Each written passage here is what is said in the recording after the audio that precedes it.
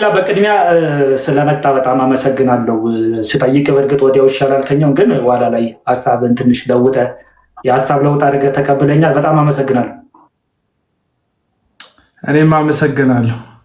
ለመጀመሪያ ግን እንዲሁ ዝም ብለን ለመጀመሪያ ያክል ብዙ ሰዎች ያንተን እውነተኛ ስም ብዙ የሚያውቁ አይመስለኝም። እዚህ ላይ የተለመደው ያንተ ስም በአቤል አቡና ነው እና አቤል አቡና ትክክለኛ የመታወቂያ ስሙ ማን ነው? አቤል በሬቻ። ብዙዎቹ ተቃዋሚዎች ምንድነው የሚሉት? አቤል አቡና አሁንም አልተለወጠም፣ ከጫትና ከሱስ ከምናምን ነገር አልወጣም፣ በዛው ማንነት ነው ያለው፣ እንደውም ጌታን መቀበል አለበት። በአንዳንድ ሰዎች የሆነ ነገር ሲጀምሩ አቡና ጌታን መቀበል አለበት እና ጌታ እንዳስቀበል ምናምን ነገር ብሎ ይጀምራሉ። አቡና አልተለወጠ ወይም ደግሞ ጌታን አልተቀበለም ብለህ ራስን እንደዛ ታስባለህ ወይስ ለእነዚህ ሰዎች ምን መልሳል? ለውጥ ሰዎች የሚፈልጉት ለውጥ እነሱ በሚደግፉት ድጋፍና እነሱ ትክክል ያሉትን ነገር ከመቀበል ጋር ተያይዞ ስለሆነ ነው እንደዚህ አይነት ክስ የሚከሱኝ። እኔም ማነሳቸውን ሀሳቦች ሰዎች እንዳይቀበሉኝ ጌታን አልተቀበለም፣ አልተለወጠም፣ የትናንት ህይወቱ ላይ ነው ያለው ማለት አስፈላጊ ነው። ገባክ? ሰውየው አልተለወጠም ከተባለ ካልተለወጠ ሰው የሚመጣ ሀሳብ ቦታ ሊያገኝ ስለማይችል የመጀመሪያው ስራቸው ምንድነው? አቡና እንዳልተለወጠ እንዳልተቀየረ። ስለዚህ ያልተቀየረ ሰው የሚያነሳው ሀሳብ ነው እያነሳ ያለው ማለቱ ጥሩ ነው። ለነሱ አዋጭ መንገድ ነው የሚከተሉት። ለውጥ የሚብራራው እንዴት ነው?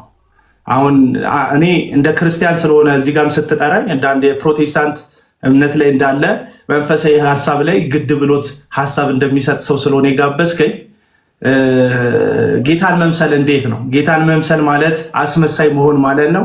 ጌታን መምሰል ማለት ብዙዎች የተቀበሉትን ብዙዎች የሚወዱትን መውደድ ማለት ነው።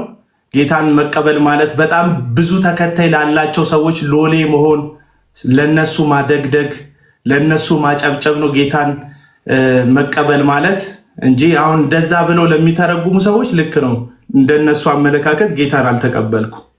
የእውነት ግን ጌታን መቀበል ማለት ለሰዎች ሳይሆን ለማይታየው አምላክ መታመን፣ ለእግዚአብሔር ቃል ታማኝ መሆን፣ ማንም ሰው ከእግዚአብሔር ቃል ስልጣን በታች ነው ብሎ ማሰብ ከሆነ ግን እንደኔ የተለወጠ ሰው ያለ አይመስለኝም በዚህ 6 ዓመታት ውስጥ። ምክንያቱም ታማኝነቴ የመጀመሪያው ለእግዚአብሔር ቃል እንዲሆን ነው የምጥረው። የማንንም ግለሰብ ለማስደሰት ደፋ ቀና አልልም። የእግዚአብሔርን ሐሳብ፣ ቀጥተኛ ሐሳብ እንደ እግዚአብሔር ቃል በገባኝ መጠን አስተላልፋለሁ። ምክንያቱም ፕሮቴስታንት ነን እኛ። ፕሮቴስታንቶች መጽሐፍ ቅዱስ ብቻ ብለን ስናበቃ ነብይ ብቻ የሚሉ ሰዎች ጌታን አልተቀበልክም ይሉኛል። ሐዋርያ ብቻ የሚሉ ሰዎች ጌታን አልተቀበልክም ይሉኛል። ፓስተር ብቻ የሚሉ ሰዎች ጌታን አልተቀበልክም ይሉኛል። ለምን? የነሱ የሚከተሏቸውን ወይም የሚያደገድጉላቸውን ሱፍ ለባሽ ጠንቋዮቻቸውን በአንድም በሌላ በሐሳብ ስለምሞግት ለነሱ ጌታን መቀበል ማለት ለነዛ ሰዎች ታማኝ መሆን ስለሆነ ጌታን አልተቀበለም፣ አልተለወጠም፣ እዛው ህይወት ላይ ነው ብለው ይከሱኛል። በሚከሱበት በአንዳቸውም ነገር ግን ከወሬ በስተቀር ማስረጃ ከስም ማጥፋት በስተቀር ተጨባጭ ነገር እንደሌላቸው ልነግርህ እወዳለሁ። የሚሉኝ ሰዎች ትክክለኛ በዛ መንገድ ብቻ ካልሆነ በስተቀር የኔን ሐሳብ መሞገት የሚችል ሰው የለም። ምክንያቱም ተጨባጭ ሪያሊቲ ነዎችን ነው ማነሳው፣ ተጨባጭ እውነታዎችን፣ ተጨባጭ የእግዚአብሔርን ህዝብ የመሸወድ ህዝብን የማቄን ራስን የማበልጸግ በሐሰት ራስን ትልቅ አድርጎ የመሳል ጌታ ኢየሱስን ሳይሆን ራስን ኪስን የማደለብ አገልግሎት የሚያገለግሉ በሱፍና በከረባት የተደበቁ እኔ ስጠራቸው ጠንቋይ የምላቸው ወይም ሐሰተኞች የምላቸውን ግለሰቦች የሚከተሉና ለነሱ ዕጣን የሚያጫጭሱ ሰዎች ናቸው እንደዚህ አይነት ክስ የሚከሱኝ። መብታቸው ነው መክሰስ። እኔ ግን 6 ዓመት ሆኖኛል። 6 ዓመት የሆነኝ ጭሰቴን ከተወኩ ነው። ድሮ አጨስ ነበር። እኔ ነኝ የነገርኳቸው። በነገር ላይ አሁን አንተ ከማን የሰማከው እንደማጨስ? ከነዚህ ሰዎች ከራሴ የሰማ ከራሴ የሰማ አጨስ ነበር ብዬ ነገርኳቸው። እኔ ነኝ እቅም ነበር ብዬ ነገርኳቸው። ፓፈል ነበር ብዬ ነገርኳቸው። እኔ ነኝ ከዛ ደግሞ ታውኩኝ ብዬም የነገርኳቸው እኔ ነኝ። ያንን ስነግራቸው ጌታ ይመስገን ጌታ ለወጠው እግዚአብሔር ነካው ያሉኝ ሰዎች የሆነ የሚወዱትን አካል ስነካ አልተለወጠም የሚል ስም ማጥፋት ዘመቻ ይዘው ነው። እሺ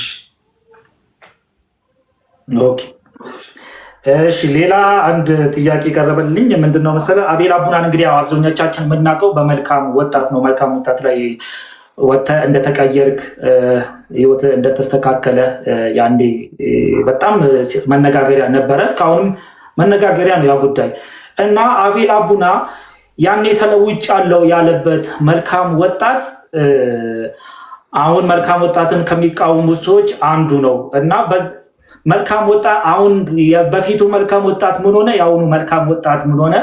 በዛ ያን አሁን የሚቃወመው የበፊቱ ከበፊቱ ጋር ልዩነት ስለሆነ ነው የትኛው ነው ትክክል የሚለው ለምንድን ነው የተለወጠበትን ነገር የሚቃወመው ብሎ በደም ተጠይቃል። ከዚህ በፊት አንድ ጻፍኩት ጽሑፍ አለ። መልካም ወጣት እኛን ከሱሰኝነት አንዳንዶቻችንን ከሱሰኝነት ሲያወጣ ዮናታን አክሊሉን ደግሞ ከድህነት አውጥቶታል ብዬ ፖስት አድርጌያለሁ። እዚህ ሶሻል ሚዲያ ላይ ስለሆነ ያለው እንትን የለው የተለወጥነው ሁላችንም የጋራ ነው ለውጥ። ሂዱና የ2009 የ2010 የ2011 ዓመትን የመልካም ወጣት ፕሮግራም ላይ ያለውን ዮናታን አክሊሉና አሁን ያለውን ዮናታን አክሊሉን ተመልከቱት። ስለዚህ እየተቃወምኩ ያለሁትኝ እዛ ቦታ ላይ ሄጄ ሱሴን አልተውኩም ሳይሆን እያልኩ ያለሁትኝ እዛ ቦታ ላይ የመስቀሉ ወንጌል የለም ነው እያልኩ ያለሁትኝ። እዛ ቦታ ላይ ንግድ ነው ያለው። ያ ደግሞ የገባኝ ሱሴን ስተውን ገባ። አንዳንድ ጉዳይ አሁን ቦታው መንፈሳዊ ማገገሚያ ሳይሆን አካላዊ እንደ ኖርማል የሆነ እንደ ማገገሚያ ቦታ ነው አሁን እያልኩ ያለው ቦታው። ከ5 ቀን ከሚሰለጥኑት ሰዎች ለውጥ በላይ ግለሰቡ ኢኮኖሚካል የሚለወጥበት ለውጥ ይበልጣል። የግለሰቡ መጠቀሚያ ነው እንጂ ትውልድ ተኮር ሆኖ የተሰራ አይደለም። ይሄን ደግሞ እኔ ውስጥ ገብቼ ያየሁት የተመለከትኩት ስለሆነ አንድ ሰው መጥቶ እንደዛ አይደለም እንደዚህ አይደለም ሊለኝ አይችልም። እናንተ ፊድ የተደረጋችሁትን ነው ብዙዎቻችሁ የምታውቁት። ሶሻል ሚዲያ ላይ የተለቀቀላችሁን አሳዛኝ ታሪኮች የኔን ጨምሮ የብዙ ወጣት አሳዛኝ ታሪኮችን ሶሻል ሚዲያ የሆኑ ወጣቶችን አቅፎ የሚያለቅስ የአዞ እንባ የሚያነባ ያንን በማድረጉ ደግሞ በጣም ትልቅ ከፍተኛ ገቢ ከዓለም ዙሪያ የሚያገኝ የአንድ ነጋዴን ድራማ ነው የምትመለከቱት። ያ ድራማ ውስጥ እግዚአብሔር ሰርቷል። በትክክል እግዚአብሔር የሰራባቸው ጊዜዎች አሉ በዛ ድራማ ውስጥ። ምክንያቱም እግዚአብሔር በአንድም በሌላ ማዳን የሱ አጀንዳ ስለሆነ የትኛውንም ሁኔታ አልፎ ሰዎችን የማዳን ፕሮግራሙን ይሰራል እግዚአብሔር። ለምሳሌ ከዚህ በፊት የተናገርኩት ነገር አለ። ከዚህ በፊት የተናገርኩት ምንድነው? አሳ ነባሪ የትራንስፖርት አገልግሎት ሰጪ አይደለም። እግዚአብሔር ግን ነነዌ የሚባል ከተማ ዮናስ የሚባልን ነብይ ለማድረስ ሲፈልግ አሳ ነባሪው የሚበላ አሳ ነባሪ ብዙ ምግብ የሚያስፈልገው ትልቅዬ የባህር ፍጥረት እንደ ትራንስፖርት አገልግሎት ሰጪ ሆኖ ለዮናስ እስከ ነነዌ ድረስ ትራንስፖርት ይሰጠዋል። አሳ ነባሪው ዮናስን ያልበላው አሳ ነባሪ ስለማይባላ ወይም ዮናስ በውሃ ውስጥ መኖር ተፈጥሯዊ ማንነቱ ስለሆነ ሳይሆን ልዕለ ተፈጥሯዊ ስራ የሚሰራ እግዚአብሔር ዮናስን እንዲተርፍ ስለፈቀደለት ነው። አቡና የሚባል ግለሰብ እንዲድን ፈለገ እግዚአብሔር። በማያድነው በኩል አዳነው እግዚአብሔር። ጉዳዩ የዮናታን አዳኝነት የዮናታን የእግዚአብሔር ሰውነት ሳይሆን እግዚአብሔር የትኛውንም ወጀብ ለራሱ መጠቀም የሚችል ልዕለ ተፈጥሯዊ የሆነ መለኮታዊ የሆነ አምላክ መሆኑን ማሳያ ነው ጉዳዩ ማለት ነው። ሁለት ነገር ልናገር። ዳንኤል የሚባል ሰው አለ። መጽሐፈ ዳንኤል መጽሐፍ ላይ አንበሳ ጉድጓድ ውስጥ ገባ። አንበሳ ጉድጓድ ውስጥ ገብቶ አንበሶቹ ያልበሉት ስላራባቸው ወይም ቬጂቴሪያን ሆኖ ሳይሆን እግዚአብሔር መልአኩን ልኮ የአናብስቶቹን አፍ ስለዘጋለት ነው። እና አንበሳ የማይባላና የሚያኖር ስለሆነ አይደለም። በዛ ቦታ ላይ አንበሳው ዳንኤልን ያልበላው እግዚአብሔር አንበሳው ዳንኤልን እንዳይበላ ስለከለከለው ነው። እና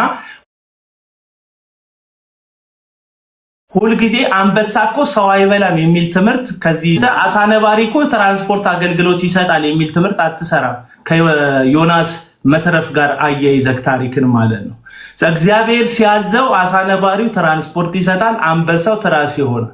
ስለዚህ እግዚአብሔር ሲያዘው ማንም ይታዘዛል። ነገርየው ግን በቀጥታ እግዚአብሔርን እየታዘዘ የሚኖር ነው ማለት አይደለም። ስለዚህ በዮናታን በኩል ምልክት ሰጥቶ አቤል አቡና የሚባል ልጅ ከሱስ ወጣል። ኦፍ ኮርስ ዮናታን ግን የእግዚአብሔር ሰው ነው ወይ በተለይ አይደለም። እንደ ዳንኤል አንበሳ ያልበላኝ እንዳይበላኝ ያዘዘው አምላክ ስለነበር ነው እንጂ በላተኛ ስላልሆነ አይደለም እያልኳችሁ ነው። ስለዚህ ዮናታን ድብን ያለ የቃለ እምነት አስተማሪ፣ ሐሰተኛ ኑፋቄን የሚያስተምር ራሱን በወንጌል ስም የሚያበለጽግ ሐሰተኛ አስተማሪ። አቡና ከዚህ ላይ ጨምርልኝና አሁን ዮናታን አክሊሉ ለአንተ ሐሰተኛ ነብይ ነው ወይስ ሐሰተኛ አስተማሪ ነው ወይስ ደግሞ እንደ ቢዝነስ ሰው ነው የምታየው? ዮናታን ሶስቱንም መሆን የሚችል ነው። ይሄ የሐሰተኞች ማንነት ነው። የመጀመሪያው ዮናታን የሚታወቀው ነብይ ዮናታን በሚል ነው። እነ ሱራፌል፣ እነ መስፍን በሹ፣ እነ እዩ ጩፋ በጣም ስማቸው በገነነበት ጊዜ ላይ አዋሳ ገብቶ ነብይነት አዋጭ ቢዝነስ እንደሆነ ሲገባው ዮናታን ነብይ ነኝ ብሎ ነው የመጣው። ከዛ ነብይነት እየተበላበት እንደሆነ ቀድሞ ሲባንን ደግሞ አይ አገልጋይ ነኝ የሚል ስም ለጥፏል ስላችሁ። ስለዚህ እንዳመጣጡ ዮናታን ሐሰተኛ አስተማሪም ሐሰተኛ ነብይም ይሆናል። ለምሳሌ በ2017 እግዚአብሔር እንደዚህ ብሎኛል ይላል። ኢትዮጵያ በሰላም ትሻገራለች ብሎኛል። እንደዚህ የሚሉት የነቢያት ድምፅ ነው። ይሄ ነገር ዮናታን እንደዚህ ሲል ትሰማዋለህ። እግዚአብሔር እንዲህ ብሎኛል ብሎ ስለ ዘመን ይናገራል፣ ስለ ጊዜ ይናገራል። እንዲህ ብሎኛል ብሎ ለግለሰቦች ይናገራል።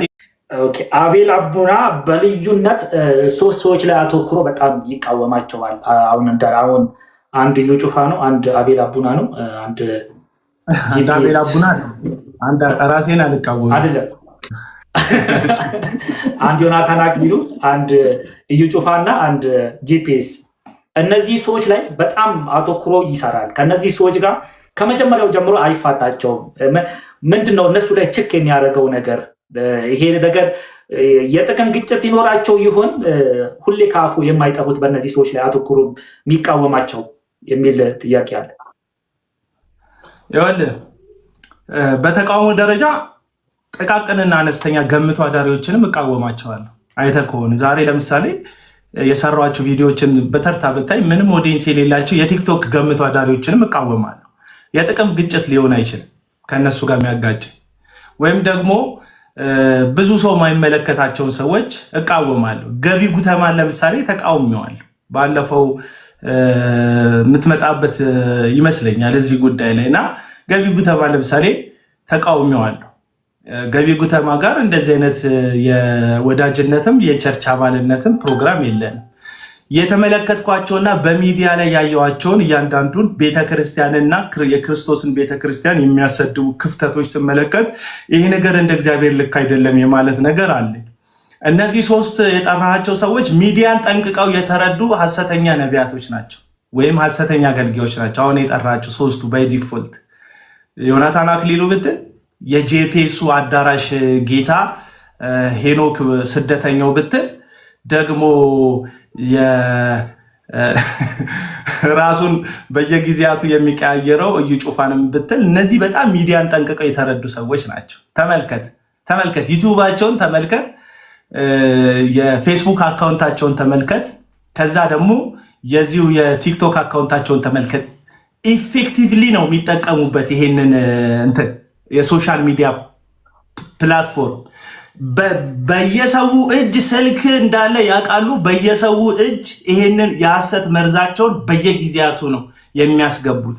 እነዚህን ሰዎች መከላከል፣ እነዚህን ሰዎች መጠበቅ በእነሱ መንገድ፣ እነሱ ያዙት ስልክ እኔም አለኝ። ስለዚህ እነዚህን ሰዎች መቃወም ወይም እነዚህን ሰዎች ልክ እንዳልሆኑ ለሰው መግለጥ ለብዙ ሰዎች መትረፍ ምክንያት ይሆናል ብዬ ስለማስብ ብዙ ሰው እንዲጠነቀቅ። ምክንያቱም እንደምትመለከተው ነው የእዩ ጩፋ ተደራሽነትን አይተከዋል፣ ምን አይነት ህዝብ እንደሚሰበሰብ። ይሄ ሁሉ ህዝብ ዲሲቭ የተደረገ ነው። በቴሌቪዥን በሶሻል ሚዲያ እዩ ጩፋ አዳኝ እንደሆነ፣ እዩ ጩፋ ፈዋሽ እንደሆነ፣ እዩ ጩፋ አድራጊ ፈጣሪ እንደሆነ፣ የእግዚአብሔር አፍ እንደሆነ በውሸት የተሞሉ ሰዎች ናቸው እየተሸወዱ ስታዲየም የሚሞሉት፣ ገበያ የሚሞሉት፣ ሜዳ የሚሞሉት። እነዚህ ሰዎች በምንድን ነው ራሳቸውን እንደዚህ ያሻሻጡት ስትል በሶሻል ሚዲያ ኢፌክቲቭሊ እነዚህ ሰዎች ናቸው ሶሻል ሚዲያውን አፌክት እያደረጉ ያሉት በስህተት መንገዳቸው ማለት ነው። ስለዚህ እነዚህን ሰዎች ላይ ታርጌት አድርጎ መስራት ብዙዎች እንዲያመልጡ ብዙዎች ከነዚህ ሰዎች እንዲቆጠቡ ለማድረግ አስፈላጊ እንደሆነ ስለማስብ ነው በእነሱ ላይ የምሰራው። ያ ማለት ግን በሌሎቹ ላልሰራም ማለት አይደለም። አንዳንዶች አሉ በሳይለንት ካሜራ እያስጠፉ ህዝብን የሚሸውዱ የሐሰት ትንቢት የሚናገሩ። ካሜራ አጥፍቶ የሐሰት ትንቢት የተናገረን ሰውዬ ቀርጸው ካልሰጡ ወይም በቦታው ከሌለው ልቃወመው አልችልም። ገባ ካለ ተረዳኸኝ አይደል? አሁን እነዚህ ሰዎች ተመልከቱ። ዮናታን አክሊል እኮ ፖድካስት ሁሉ ጀምሯል።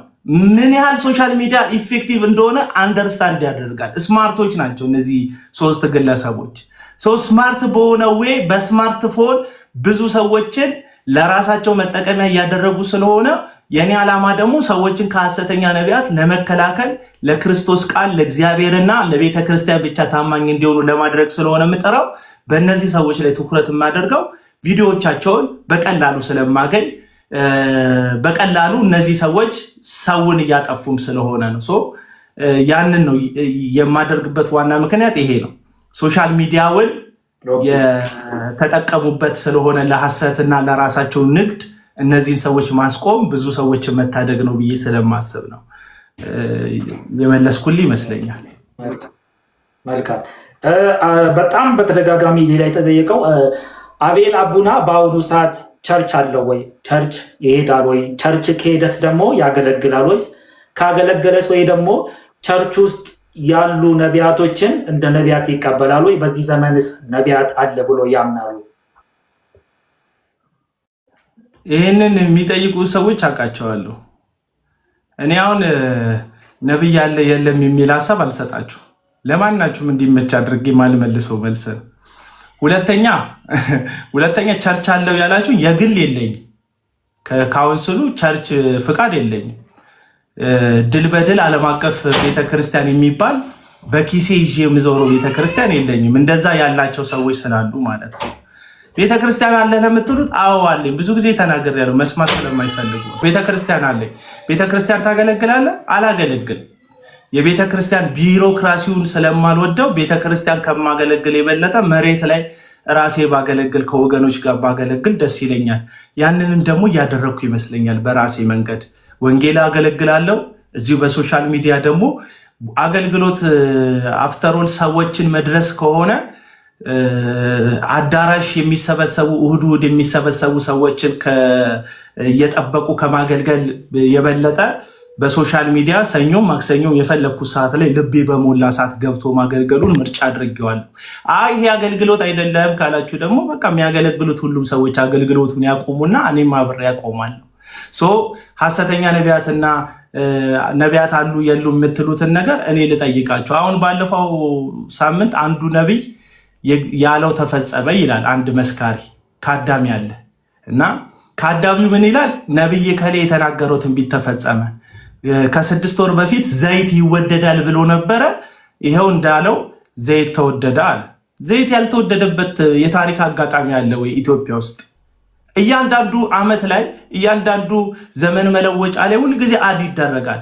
ገንዘባችን የመግዛት አቅሙ ባነሰ ቁጥር ከውጭ የሚመጡ እቃዎች፣ የእህል ምርቶች፣ እያንዳንዱ ነገሮች ይጨምራሉ እና እንደዚህ አይነት ያሉ ትንቢቶች ነው የምንመለከተው። አሁን እነዚህ ሰዎች የሚከተሏቸው ሐሰተኛ ነቢያቶች ተፈትነው የወደቁ ናቸው አብዛኞቹ።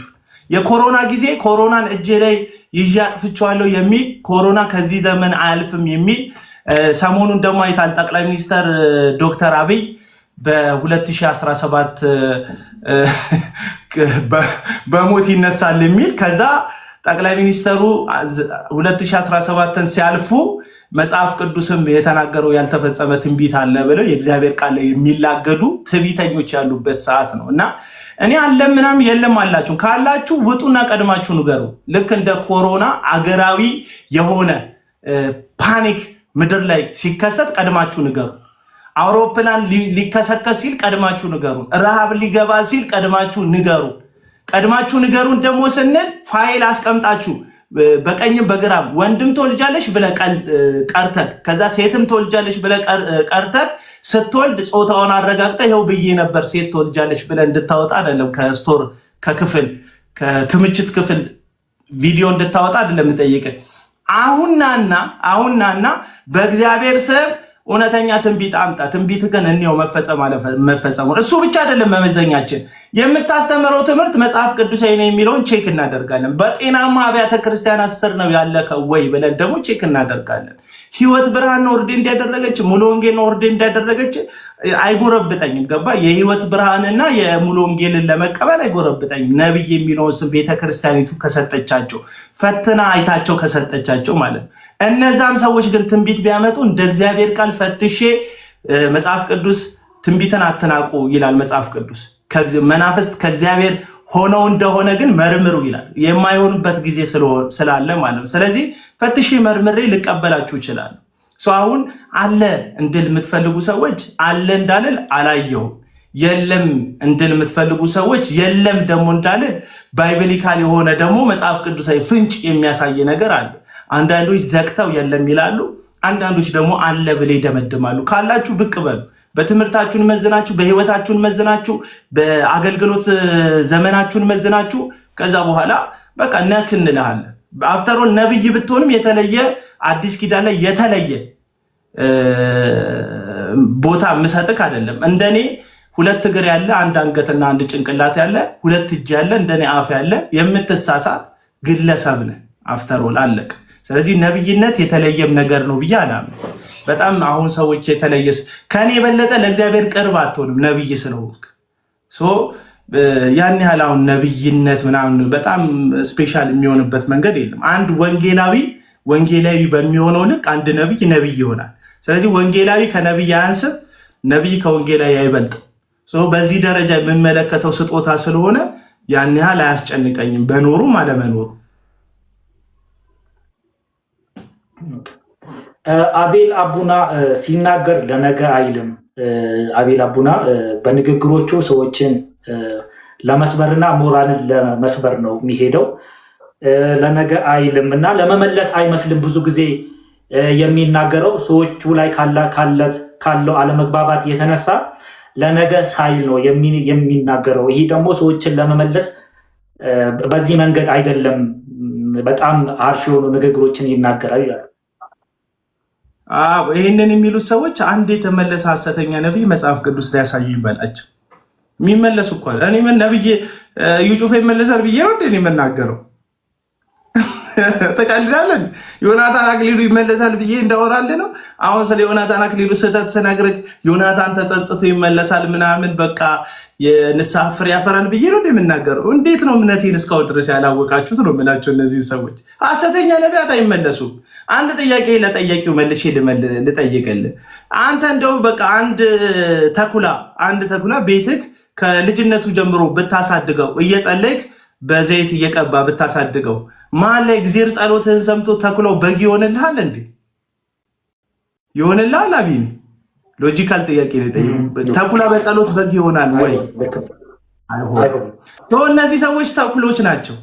በጸሎት በምክር በጋ እናደርጋቸውም። በቃ ከቤተ ክርስቲያን ተነጥለው ሐሰተኝነታቸውን አውቀን ከነዚህ ሰዎች ሸሽተን ቤተ ክርስቲያንን ከነዚህ ሰዎች አደጋ መጠበቅ ነው እንጂ ያለብን ይለወጣሉ ይቀየራሉ የሚባል የውሸት ትምህርት ነው። ይሄ ትምህርት የነቀለም ወርቅ አይተፍሱ ትምህርት ነው። እንዲለወጡ እንዲመለሱ እንደ ክርስቶስ ላይ የሳተ ህዝብን የሚያስት የተሳሳተ ይመለሳል። ይኸውላችሁ የተሳሳተ ሰው ይመለሳል። አንድ ግለሰብ ድንገት ሲያስተምር ቢሳሳት ይቅርታ ጠይቆ ይመለሳል። አንድ ሰው ድንገት በኃጢአት ቢወድቅ በንስሐ ይመለሳል። አንድ ሰው ድንገት ቢደክም በመበርታት ይመለሳል። የወደቀ ሰው በመነሳት ይመለሳል። ምንም እንደዛ አይደለም። እነዚህ ሰዎች አሳቾች እንጂ ተሳሳቾች አይደሉም። አሁን ስለ አሳቾች ነው እያወራን ያለነው፣ ስለተሳሳቱ ሰዎች አይደለም ምናምን። አሳች ዲያብሎስ ተመልሷል እንደ ወዳጆች። ዲያብሎስ ከርሞ እንደነ ሚካኤል ቅዱስ መልአክ መሆን ይችላል እንዴ? አይችልም። ለዘላለም ነው በአንተና በሴቲቱ በዘርህና በዘሯ መካከል ጠላትነትን አደርጋለዋል። አለቅ። እግዚአብሔር ነው እኮ ጠላትነትን ያደረገው በዲያብሎስ። እነዚህ ሰዎች የዲያብሎስ እና የገንዘብ ባሪያዎች ናቸው እንጂ የእግዚአብሔር ባሪያዎችም አይደሉም። አፍተሮል እና የማይመለሱ እንደሆኑ ስለማቅ እንዲመለሱ አይደለም የምናገረው። ልክ አንድ እረኛ በጎቹን ሊወስድበት ተኩላ ሮጦ ሲመጣ በያዘው ዱላ በቻለው መጠን ተኩላውን ሰብሮ በጉን ለማዳን እንደሚጥረው በቻልኩት መጠን ባለኝ አቅም፣ ባለኝ ጉልበት፣ ባለኝ ኃይል እነዚህን ሰዎች ማለት ፊዚካሊ አይደለም እያወራ ያለሁት መንፈሳዊ በሆነ መንገድ ግን ከህዝቡ ላይ ሰብሬ በጎቹ እንዲድኑ ለማድረግ ጥረት ማደርገው። ስለዚህ ይሄንን ልመልስላቸው። አንድ እረኛ ለበጎቹ ያለው ታላቅ ፍቅር የሚገለጠው ለተኩሎች ባለው ታላቅ ጥላቻ ነው። አለቅ። ስለዚህ እረኛው ይወደኛል የምትለው ተኩሎቹን ሲጠላልህ ሶ መጽሐፍ ቅዱሳዊ የሆነ እውነት እየነገርኳችሁ እንደሆነ ነው ማሰቡ። ስለዚህ እነዚህ ሰዎች ጭራሽ አሪዮስ ተመልሷል እንዴ በታሪክ ውስጥ? ንስጥሮስ ተመልሷል እንዴ በታሪክ ውስጥ? ተመልሷል እንዴ እነዚህ ሰዎች በታሪክ ውስጥ? አልተመለሱም እኮ። ከቤተ ክርስቲያን ኤክስኮሚኒኬት ነው የተደረጉት። ሐሰተኛ አስተማሪዎች በኔቸራቸው የሚመለሱ አይደሉም። ወይ በእንትናቸው በስህተታቸው ጸንተው ሞትን ራሱ ይቀበላሉ እንጂ ለስህተታቸው ብለው እንጂ ፍጹም ተመለሱ የሚል መጽሐፍ ቅዱሳዊ አንድ ጥቅስ የሚያሳየኝ ሰው የለም። እና ለዛ ነው እነ ዮናታን ቪዲዮ ሲሰራባቸው ምንም መጽሐፍ ቅዱስ የሆነ ስራ ከኔ የተሻሉ የሚባሉ ሰዎችም በመጽሐፍ ቅዱስ ሲያስረዷቸውም አንድ ቀን ተመልሰው የማያውቁት እና አትልፉ። እኔ ሐሰተኛ ነቢያትን ለመመለስ አይደለም እየጣርኩ ያለሁት፣ ሳያውቁ በእነሱ እየተበሉ ያሉ ምስኪን የእግዚአብሔር በጎችን ወደ መንጋው እንዲመለሱ ወደ ነፍሳቸው እረኛ ወደ እግዚአብሔር እንዲመለሱ ለማድረግ ነው ጥረት እያደረግኩ ያለሁት ለማለት ነው። እሺ አቤል አቡና ብዙ ጊዜ ሰዎችን ይቃወማል፣ በመቃወም እንደዚህ በጣም ይሞግታል። ነገር ግን እሱን የሚሞግቱ ሰዎችን አይወድም። ከነሱ ጋር አላ ጥሩ ነገር አይፈጥርም። ከነሱ ጋር እንደዚህ ለመግባባት አይሞክርም። ለዚህ ደግሞ እንደ ማስረጃነት አንድ የሚቃወመውን ልጅ ከዚህ በፊት መንገድ ላይ ለድብድብ ተጋብዞ ነበረ። ሊመታው ሞክሮ ነበረ። እንደውም አንዳንድ ሰዎች እንደው ቡጢ ተዘናዝረው ነበረ። ያካብዱት ይሁን አይሁን አላውቅም። እና አቤላ ሰዎችን ይቃወማል እንጂ እሱን የሚቃወሙ ሰዎችን ሲያገኝ አካላዊ እርምጃ እስከመውሰድ ድረስ ይደርሳል። አካላዊ እርምጃ በወስድባቸው ኖሮ እንደዚህ አያደርጉም ነበር። እውነቱን ለመናገር እስከ መውሰድም ብነሳ ይህን አልንተን አይልም። ይህ አሁን የምትለው ልጅ የሰፈር ልጅ ነው እና እንተዋወቃለን እና በመልካም ጊዜ እኔ የሆኑ በጥባጭ ሃይማኖተኞች እዚህ የቃሊቲ መካነ ኢየሱስ ቤተክርስቲያንን ባወደሙና ንብረቷን ባፈረሱ በወሰዱ ጊዜ ሄጄ የፈረሰው ቤተክርስቲያን ጋር ምን ትፈልጋላችሁ ስል ምን ልደግፋችሁ ስል ኪቦርድ ሲሉኝ የማውቃቸው ወዳጆች ነበሩኝ ውጭ ሀገር የሚኖሩና እነዛ ማቃቸውን ሰዎች አስተባብሬ በጣም ዘመነኛ የሆነ ኪቦርድ ወስጄ ሰጥቻቸዋለሁ። አብሬው አገልግያለሁ ከልጁ ጋር እና ከአገልጋዮች አንዱ ከፍሎት ያሰድበኝ ነበር በልጁ እና ማግኘት ፈልግ ነበር። ምን ቢባል ነው በአካል የሚያውቀኝ ልጅ በእንትን የሚያውቀኝ ልጅ ምን ቢባል ነው እንደዚህ ተለውጦ ማለት ስልኬም ያለው ሰው ምን ቢባል ነው እንደዚህ አይነት ለውጥ ውስጥ የገባው ማለት ካራክተሪን ያውቀዋል ማንነቴን ያውቀዋል ብዬ ገርሞኝ ነበር። እና አንድ ቀን ለሰፈር ሳገኘው ላወራ ፈልጋለሁና ምናምን ብዬ እጁን ይዘዋለሁ። አንድ ሴት ነበረች አብራው አይሆንም አቡና ትላለች መሀል ላይ ገብታ አረ ላዋራው ነው በሰላም ነው አይሆንም አቡና ተው ምናምን ትለኛለች። አረ እኔ ምንም አላረኩትም ላወራው ነው አይሆንም አቡና ትለኛለች። ከዛ በቃ እሺ ሌላ ጊዜ የሚመች ሰዓት ላይ እሷ ሳትኖር እናወራለን ብዬ ሄድኩኝ። በቀጥታ ገብቶ አቡና ሊደበድበኝ ነበር ብሎ ቪዲዮ ሰራ። አሁን ሰዎች ማመን የሚፈልጉት ማንን ነው? እኔም አወራው ይሄንን እሱም ያንን አወራ። አሁን ሁለት ጎራ አለ። እኔን ማመን የሚፈልግ ሰው ይሄን ያምነዋል። አሁን የተናገርኩት እሱን ማመን የሚፈልግ ሰው እሱን ያምናል። እርግጠኛ ሆኜ የምነግራችሁ ግን አልቅሼ እንድታምኑኝ ጥረት አላደርግም። እዚህ ውስጥ እውነት ነው የተናገርኩት በእግዚአብሔር ፊት እግዚአብሔር ምስክሬ እንደሆነ ነግራቸዋለሁ። አልንፈረገጥም እንድታምኑኝ። በቃ ሊደበድበኝ ነው አለ። በቃ መልካም ልደበድበው ካልኩኝ እኮ ያው እዛ ወረዳ 17 እኮ ፖሊስ ጣቢያ አለ፣ ሄዶ መክሰስ ነው። ቤቴ ይታወቃል፣ ቤተሰቦቼ ይታወቃሉ። መጥቶ ይሄ ልጅ ሙከራ አድርጎብኛል፣ መሀል ላይ የነበረችው ልጅ ደብድቦታል ካለች እንደ አይን ምስክር ሆና መመስከር ትችላለች። ሶ ምንፈራገጥበት ጉዳይ የለም። እናንተ እንድታምኑኝ እዚህ ጉዳይ ላይ እና ምን ያሉ መሰለክ እጄን መጥቶ ያዘ አስፈራራኝ ሊውጠኝ ነበርና ልጁ ትንሽ ቀልደኛ ነገር ነውና አለ። ከዛ ኮመንት ላይ እሱ ልጅ እኮ ነፍሰ ገዳይ ነው ይላል ኮመንት ላይ። የነዩ ጩፋ ታዳሚዎች ናቸው የነ ዮናታን አክሊሉ ዕጣን አጣኞች ቬሎ ጎታቾች ናቸው እንደዚህ የሚሉት። እሱ ልጅ እኮ ነፍሰ ገዳይ ነው ድሮም፣ እሱ ልጅ እኮ አረመኔ ነው ድሮም ምን ይላል ኮመንት ላይ። በሶስተኛው በአራተኛው ቀን አንድ በጣም አስደንጋጭ ዜና ወጣ። ተመሳሳይ ዜና ማለት ነው። ዮናታን አክሊሉ ሻሸመኔ ውስጥ ታዱሻ የሚባል ዕቅበተ እምነት ላይ የሚሰራ ልጅ በሙሉ ፓትሮል ፖሊስ አስጭኖ ሄዶ ፖሊሶቹ ባሉበት ታዱሻን ይዞ አንቆ በቦክስ እንትኑን ሰበረው፣ መነጽሩን ሰበረው፣ ደበደበው። ሚስቱ ፊት ሚስት ባልሽን ባል አልባ አደርግሻለሁ ልጆችሽንም ያለ ልጆች ታሳድጊያለሽ ብሎ ዛተባት። ይሄ ዜና ወጣ። ወዛው ማግስት ላይ ያ ልጅ አቡና እጄን ያዘ ሲል ነፍሰ ገዳይ ነው ሲሉ የነበሩ ሰዎች ታዱሻ መጥቶ መነጽሬን ሰበረው፣ ሚስቴን ያለ ባል አደርግሻለሁ አለ፣ ዛተብኝ ብሎ ሲናገር ምን አሉ? እንኳን ውሸትህን ነው የእግዚአብሔር ሰው ነው እሱ እንደዛ አያደርግም። አየህ ሰው ማመን የሚፈልገው ነው የሚያደርገው። ሪል ቦክስ ሰንዝሮ መነጽር ሰብሮ ሚስትን ያለ ባል አስቀርሻለሁ ብሎ በአደባባይ ህዝብ በተሰበሰበበት የዛተ ሰው እያለ አቡና እጄን ያዘ የሚለው ነገር የሚጮኸው የኔ እውነት ስላልሆነ ሳይሆን የሚጠሉኝ ሰዎች እንደዛ ብሆን ደስ ስለሚላቸው እንጂ ቪዲዮ የሚሰሩብኝን ብዙ ሰዎች መንገድ ላይ አግኝቻቸዋለሁ። ባላየ ነው ማልፋቸው። በቃ አላየኋቸውም፣ አልፋቸዋለሁ። ምክንያቱም መብቱ ነው። እኔም ሰው ላይ ቪዲዮ እሰራለሁ። ገባ? አንተም ሰው ላይ ቪዲዮ ትሰራለህ፣ ሌሎችም ሰዎች ላይ ቪዲዮ ይሰራሉ። እኔ ቪዲዮ መስራትን ሰዎች ላይ ድፍረቱ ካለኝና ሀሳቤን በሀሳብ የምቃወም ከሆነ እነዛም ሰዎች መቃወም ይችላሉ። ችግሩ ምን መሰለህ? እኔ ላይ ቪዲዮ የሚሰሩ ሰዎች ጫት ቃሚ ነው ምናምን ነው የሚሉኝ እንጂ ሀሳብ የላቸውም። ባይብሊካል በሆነ መንገድ ይሄ ልጅ አልዳንም ጌታን ይቀበል ምናምን ነው እቺ ዝም በብላ ተረተረቷን ነው የሚያወሯት እንጂ የእግዚአብሔር ቃል ሲናገር እንደዚህ ይላል። አንተ የተናገርከው የተቃወምከው ነብይ ትክክል አይደለም፣ በዚህ ቃል መሰረት ነብዩ ልክ ነው፣ አንተ ስህተት ነው የሚለኝ አንድም ሰው አግኝቼ አላውቅም። ሀሳቤን ከመቃወም ይልቅ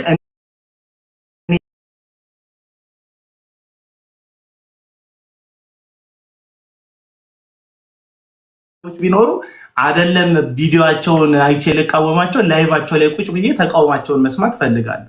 ይሄንን ለማድረግ ዝግጁ ነኝ እና ሂስ አልፈራም፣ ተቃውሞ አልፈራም። ግን ብዙ ሰዎች ፐርሰናል ነው የሚያደርጉት። እኔ አሁን እየተናገርኩ ያለው ሪያሊቲ አለ። ለምሳሌ የዮናታንን ትምህርቶች አስቀምጬ ይሄ ትምህርት እንዲህ ነው አላማው እላለሁ። ቪዲዮዎችን ተመልከቷቸው። ማን ነው ይሄ የጄፒኤስ አዳራሹን ጌታ ሄኖክን አስቀምጬ ሄኖክ እንደዚህ ያለው ይሄ ነገር ዓለማዊ ትምህርት ነው የሚያስተምሩት፣ እንደዚህ ነው መጽሐፍ ቅዱስ ሲናገር ሆዳቸው አምላካቸው ይላል ምናምን እላለሁ። ቢያንስ በሐሳብ ለመሞገት ሞክራለሁ። እነዚህ ሰዎች ግን ፐርሰናል ቪዲዮዎች እኔ ለሚሰሩት ነው ይሄ ምናምን። ከዛስ ሙልጭ ተደርጊ አሁን ሰሞኑን ራሱ ፀጉር ያላት ምናምን ሴት የምትመስል ወንድ ፂም ያላት ድምጿ ቀጭን ምናምን ይሄ ልጅ ግን አላበዛውም ምናምን ያሉ ይሰድቡኛል። በእነሱ አነጋገር የቤት ኪራይ ሲደርስበት የተለያዩ ነገሮችን ሰዎችን ሊጎነጥል ወይም ደግሞ ብዙ ሊያናግር የሚችል ነገሮችን እያነሳ ኢኮኖሚያዊ ጥቅሙን እያስጠበቀ ነው የሚሄደው እንጂ ጴንጤ ለሚባለው ማህበረሰብ አስቦ አይደለም። ብዙ ጊዜ የሚናገረው ለኢኮኖሚያዊ ጥቅም ከዚህ ላይ ለሚገኘው ሳንቲም ብሎ ነው። በእነሱ አነጋገር ለቤት ክራይ ብሎ ነው የሚናገረው። ይሄንን ደግሞ የሚያሳየው አቤል አቡና ሙሉ ቀን ቲክቶክ ላይ ይውላል። ሌላ ገቢ የለውም፣ የሚተዳደርበት ገቢ የለውም። የሚተዳደረው በቲክቶክ ነው የሚሉ ሰዎች አሉ።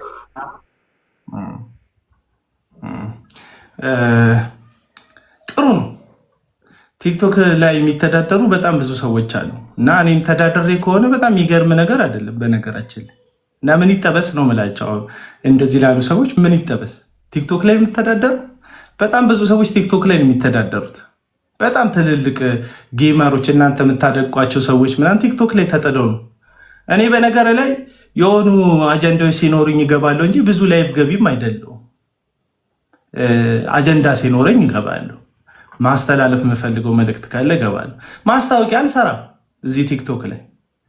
በጣም ብዙ በሚባል ደረጃ ጊፍት የሚሰጠውም ሰው አይደለሁም። ምንድን ነው ገቢው ነው? ወይስ ቲክቶክ ጀርመን ነው ቪዲዮ ስፖስት ይከፍላል እንዴ አንተ አቤኔዘር? በጣም ብዙ ነው የምትፖስተው ፎሎወር። ስለዚህ በፖስት ይከፍለኝ ላይቭ ነው ሊሆን የሚችለው አይደል? መተዳደሪያ ሊሆን የሚችለው ላይቭ ነው። ስለዚህ ላይቭ ላይ ደግሞ መተዳደሪያ እንዲሆን በጣም ብዙ ጊፍት ማግኘት አለብን አይደል? አትሊስት ምንድነው ታዲያ መተዳደሪያ? ምንድነው መተዳደሪያ የሚሆነው ይሄ ነገር? እኔ አሁን ቲክቶክ ከመኖሩ በፊት በህይወት ያልነበርኩ ሰው የሚያስመስሉት ሰዎች አሉ። ገባ? መኖር የጀመርኩት የዛሬ 4 እና 5 ዓመት ቲክቶክ የሚባል አፕ ስልካችን ላይ ዳውንሎድ ሲደረግ እኔም ከሱ ጋር አብሬ ዳውንሎድ የሆንኩ የሚመስላቸው ሰዎች ናቸው እንደዚህ የሚሉት። አቤል አቡና የሚባል ልጅ ቲክቶክ ከመኖሩ በፊት ነበር። አሁን ቲክቶክ ቢዘጋ መኖሩ ይቀጥላል፣ ቤተሰቡን እያስተዳደረ ይቀጥላል። የኔ ገቢ የሚጨንቃችሁ የዘይት ሻጮቻችሁን ገቢ እያደረግኩ ስለሆነ እንደሆነ አይኑ ይገባኝ። እንደዚህ የሚጨንቃቸው ጥያቄ የሚልኩት ሰዎች እስቲ ያቸው ሪፖስት ያደረጉትን ያቸው አቢኒ ሜሴጃቸው ውስጥ ገባና ሪፖስታቸውን ያው ወይ የሄኖክ ተከታይ ወይ የዮናታን ተከታይ ወይ የታምራት ታረቀኝ ተከታይ ወይ የመስፍን በሹ ተከታይ ወይ ቀለሙ ወርቅ አይተንፈሱ ተከታይ ዘሴም ነው። ስፒሪቱ በነገር ላይ አንድ አይነት መንፈስ ስለሆነ ነው። ወይ የሱ ተከታይ ወይ የዳግማዊ ጠላውን ተከታይ ምናምን የሰሞኑኛዎች ናቸው እነዚህ ሰዎች ማለት ነው። ስለዚህ እነዚህ ሰዎች በሚያኖር እግዚአብሔር አያምኑ። አሁን እዩ ጩፋን የሚያኖረው እግዚአብሔር። እዩ ጩፋ መተዳደሪያው ምንድን ነው? እስቲ እናንተ መልሱልኝ። ዮናታን አክሊሉ መተዳደሪያው ምንድን ነው? ነባና አስራት ነው አይደል? ለምን ያ አያሳስባችሁ? አትሊስት እኔ ቲክቶክ ላይ አካውንቴን ለጥፌ እኮ ልመና ስለምን አይታችሁኝ አታውቁም? አይተኸኝ ታውቃለህ አንተ? አይተኸኝ ታውቃለህ? ስለዚህ ዝም ብሎ ሩመር ነው የሚጨንቃቸው። እኔ እየኖርኩ ነው ያለሁት። በጣም ቀብራራ ነኝ። እየኖርኩ ነው ያለሁት። ያን ያህል ሌክዠሪ የሚባል ህይወት ምናልባት አዲስ አበባ ውስጥ ካላችሁ ከ22 ሜክሲኮ ሲሄድ ታዩኛላችሁ በግሬ፣ ወይ ከፒያሳ ወደ ሜክሲኮ ቁልቁለቱ ስወርድ ታዩኛላችሁ። ነፃ ግለሰብ ነው፣ የምንቀሳቀስ ግለሰብ ነው። ገባ ካለ ምን ትሰራለህ ምናምን እሱ አይጭነቃችሁ። ባለፈው እኮ ማስታወቂያ ሰራ ነበር። ስቱዲዮ አለን፣ በነገራችን ላይ ስቱዲዮ አለን፣ እናከራያለን። ስቱዲዮ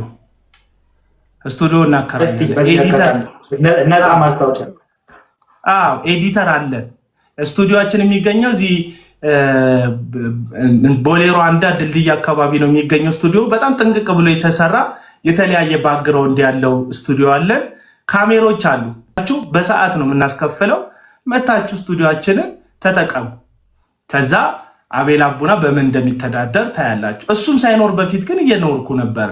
ያው እሱ ሲመጣ አይደለም መኖር የጀመርኩት ልላችሁ ፈልጌ ነው። እና ያን ያህል ብዙ አትጨነቁ፣ አይጥበባችሁ አይጨነቃችሁ ለማለት ነው። አንድ ያልጠበቅኩት ጥያቄ ተጠይቀሃል እና እንደ ሰሞኑ አለ አይደል ለአርቲስቶች መኪና እየተገዛ እንዳለው አይነት እንቅስቃሴ ለአንተም ተጀምሮ ነበር አንድ ሰሞን አሉ። መኪና ሊገዛ ነበር እንዴ? አቤል እንቅስቃሴ ተጀምሮ ነበር።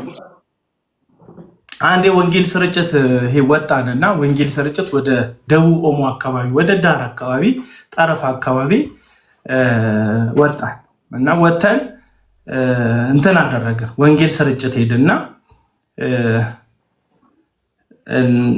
በዚህ ጉዞ ላይ 2 መኪኖች ተከራይተን ነበር እና ሁሌ ወንጌል ስርጭት ስትወጣ ሰው ስትይዝ የመኪና ታወጣለህ፣ ነዳጅ አለ። ያው መኪና ተከራይተህ ታውቃለህ። ወደ ክፍለ ሀገር ሄዳችሁ በግሩፕ ምናምን የምታውቁ ከሆነ መኪና ትከራያለህ፣ የነዳጅ ታወጣለህ። ከዛ በኋላ ደግሞ የማደሪያ አለ በየመንገዱ።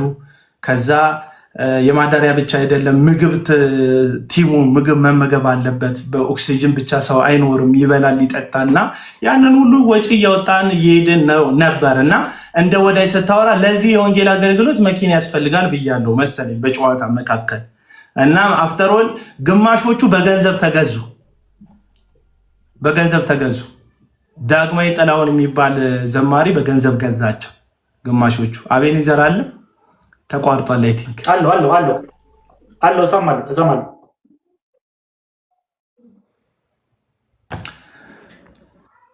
እኔ አለው አቤል ያኔ በጣም ሀብታም አይደለሁም፣ ግን የሚበቃኝ አለኝ። ሰዎች ምንና የት እንዳለክ እንኳን አያውቁም። ቤተሰብ እንዳለክ አያውቁም፣ ሰው እንዳለክ አያውቁም፣ ምን እንዳለክ አያውቁም። ዝም ብለው ግን ሶሻል ሚዲያ ላይ ስላገኙ ብቻ ይጮሃሉ፣ ይንጫጫሉ። እና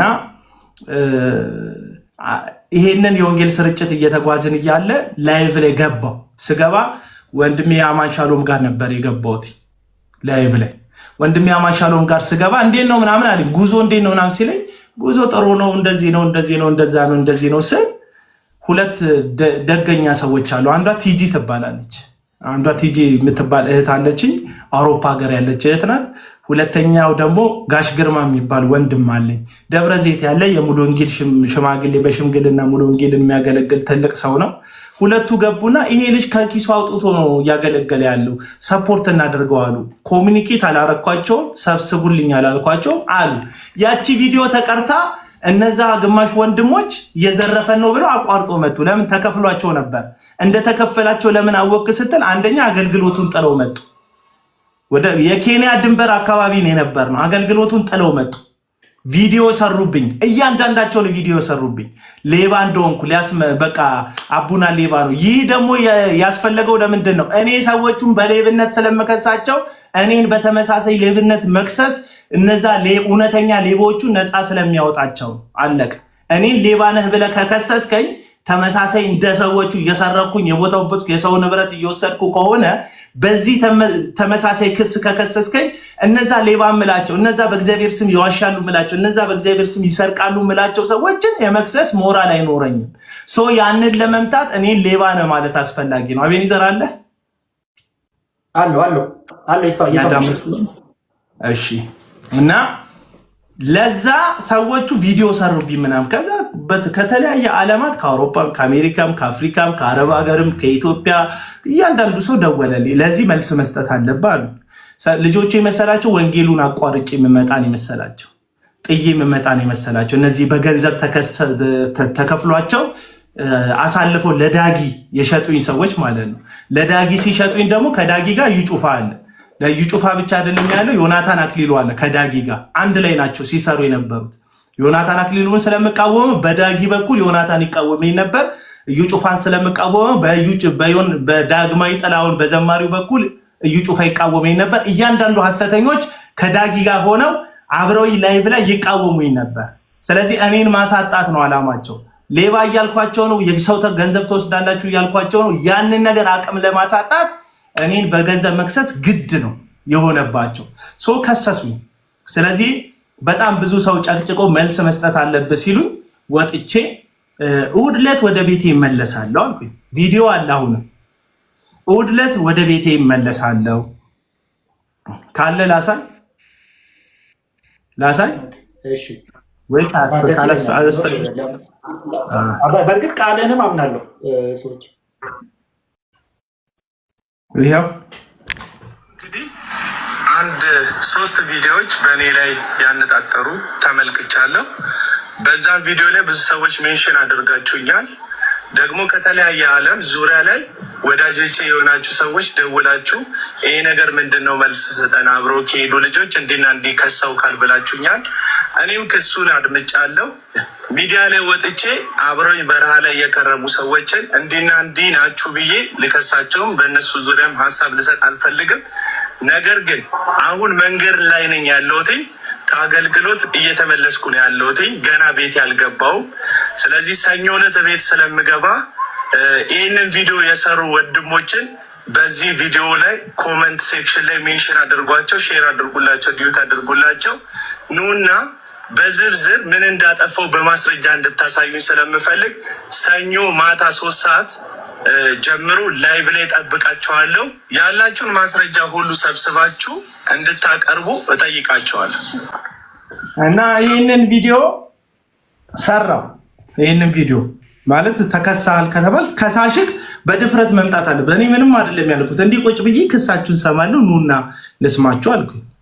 ከዛ ይህንን ቪዲዮ በለቀቅ በ2 እና በ3 ሰዓት ውስጥ ልጆቹ ቪዲዮ ሰሩ። ምን የሚል ቪዲዮ ቢሰሩ ጥሩ ነው? ሰኞ 3 ሰዓት እነሱ ቤታቸው እኮ ደርሰዋል። ሰኞ 3 ሰዓት የአቡናን ጉድ የራሳችንን ላይቭ ከፍተን እንነግራቸዋለን። እኔ ኦልሬዲ ቀድሜ ኢንቫይት አድርጌያቸዋለሁ። ከዛ ግማሹ ሰው ተከፈለ። አምነዋቸው ነበር። ምክንያቱም አብሮክ የጠጣ ሰው ሲከስክ የበለጠ ይታመናል። እነዚህ ሰዎች አብሮኝ ወንጌል ሲሰሩ ታይተዋል። አብረን ከኔ ጋር ቲም ሆነው ሄደዋል። ስለዚህ መሀል ላይ ተገዝተው ሀሳብ ቀይረዋል። ስለዚህ ብዙ ሰው እኔ ላይ ጥርጣሬ አድሮበት ነበር በጊዜው እና ሰኞ ደረሰ። እነሱም ላይቭ ገቡ፣ እኔም ላይቭ ገባው። ከዛ እኔ ጋር ይመጣል ሰው፣ እነሱ ጋር ይመጣል ሰው፣ እነሱ ያጠለጥሉኛል። አንዱ የከሰሱኝ ክስ መኪና ገዛለሁ ብለዋል ነው። እግዚአብሔር ይመስገን አሁንም ድረስ መኪና ገዛለሁ እያልኩ ነው። አልገዛውም፣ እገዛለሁ እያልኩ ነው። እግዚአብሔር ይመስገን ሁልጊዜ እገዛለሁ እላለሁ። እገዛለሁ ማለት ግን እዘርፋለሁ ማለት አይደለም። እገዛለሁ ማለት ትንቢትና ልክ እንደነዩ ጩፋ ዘይት ሸጭ ያገኛለሁ ማለት አይደለም። ልክ እንደነ ዮናታን አክሊሉ የወጣቶችን እንባ የዩቲዩብ መሸቀያ አድርጌ እናቶችን በልጆቻቸው ማይጨክኑ እናቶችን ልጆቻቸውን መድረክ ላይ አስለቅሼ መሐረባቸውን እየፈታው ለግል ጥቅም ያውላለሁ ማለት አይደለም። ይህንን እንድታሰምሩበት በቀይና በጥቁር እንድታሰምሩበት ነው የምጠይቃችሁና አይደለም። እሺ ከዛ ሰኞ ደረሰ። ያብጠለጥሉኛል። 2 ሰዓት 3 ሰዓት ዘለዘሉኝ። እነዚያ ወንድሞች ምንም አላልኩም። እኔ በረሃ ላይ የሄደ ሰው አብሮኝ አላማም ኑና ክሰሱኝ፣ መታችሁ አስረዱኝ። የእነሱ ላይቭ ኦልሬዲ የውሸት ክስ ስለሆነ አለቀ ላይቫቸው። ከዛ ህዝቡ ተገልብጦ እኔ ጋር መጣ። ይሄንን የተመለከተው ቀለም ወርቅ አይተንፍሱ ሰው ሲሰበሰብ ደስ ይለዋል። ቁጥር በርከት ሲል 1000 ሰዎች ሲመለከቱ ቪዲዮ ደስ ይለዋል። ገባና ልጁን ዝም ብለው በሐሰተው የከሰሱት እሱ ወንጌል ሰባኪ ነው ምናምን አለ። ስሜት የሆነ የባንክ አካውንትን አውጣልኝ። እሺ ብዬ አወጣው። ከዛ አስገባ ምናምን አለ። አስገቡለት። ያለውን መኪና እንገዛለታለን አለ።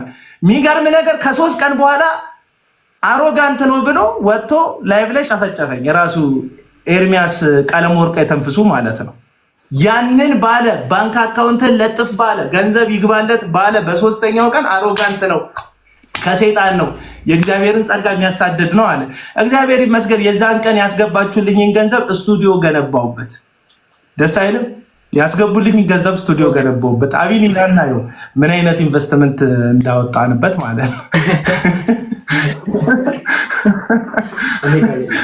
ለመኪና ስላልሞላልኝ የስቱዲዮ ገነባውበት። ምን ላድርጋችሁ? ለመኪና አልሞላልኝ። አሁን ለመኪና የሚሞላ ከሰጣችሁ ይገዛል፣ ችግር የለውም። ግን እኔ ለእኔ ስትገዙልኝ አውሮፕላን በእንትኑ ታገኛላችሁ ምናምን አልልም። ሪያሊቲው ነው የምነግራቸው። የዛን ጊዜ ብር ሰጡኝ። የዛን ጊዜ የሰጡኝ ገንዘብ ጥሩ ነው። በጣም ከተለያየ ዓለም ላይ በቃ የባንክ አካውንቴ የተጨናነቀ ነው። ጭው ይላል፣ ከዚህም ጭው ይላል። እግዜር ከ3 ቀን በኋላ የሚሰድበኝን ቀለም ወርቅ አይተንፍሱ ተጠቀመበትና የዛን ቀን ገንዘብ ተሰበሰበ ማለት ነው። እግዚአብሔር ይመስገን ቢያንስ ነርቤ ታሟል ብዬ አይደለም የሰበሰብኩት። እግዚአብሔር ይመስገን ቢያንስ ቸርች ልገነባ ነው ብዬ አይደለም የሰበሰብኩት። እኔም ሰብስቡልኝ ብዬ አይደለም፣ እራሱ መጥቶ ነው። ሰብስብልኝ አላልኩትም። እራሱ መጣ ገባ። ይሄ ልጅ ወንጌል ሰባኪ ነው ምናምን ብሎ ገንዘብ አሰባሰበልኝ ማለት ነው። እግዚአብሔር ይመስገን ኢንቨስት ያደረኩት ለግሌ አይደለም። እና ወደ እነዛ ልጆች የዳጊ ተከፋይ መሆናቸውን ያወቅኩት ላይቭ ላይ ለ6 ሰዓት ተከታታይ ነው የሰደቡኝ ከዳጊ ጋር ገብተው። ከዛ በኋላ ለ6 ሰዓት የፈጀ ላይቭ ዛሬ ስፒድ ዛሬ ስንት ነው? 5 ሰዓት ነው አይደል? ላይቭ ስትሪም ያደረገው እነሱ ስትሪም አደረገ። አይሾ ስፒድ 5 ሰዓት ተኩል ነው።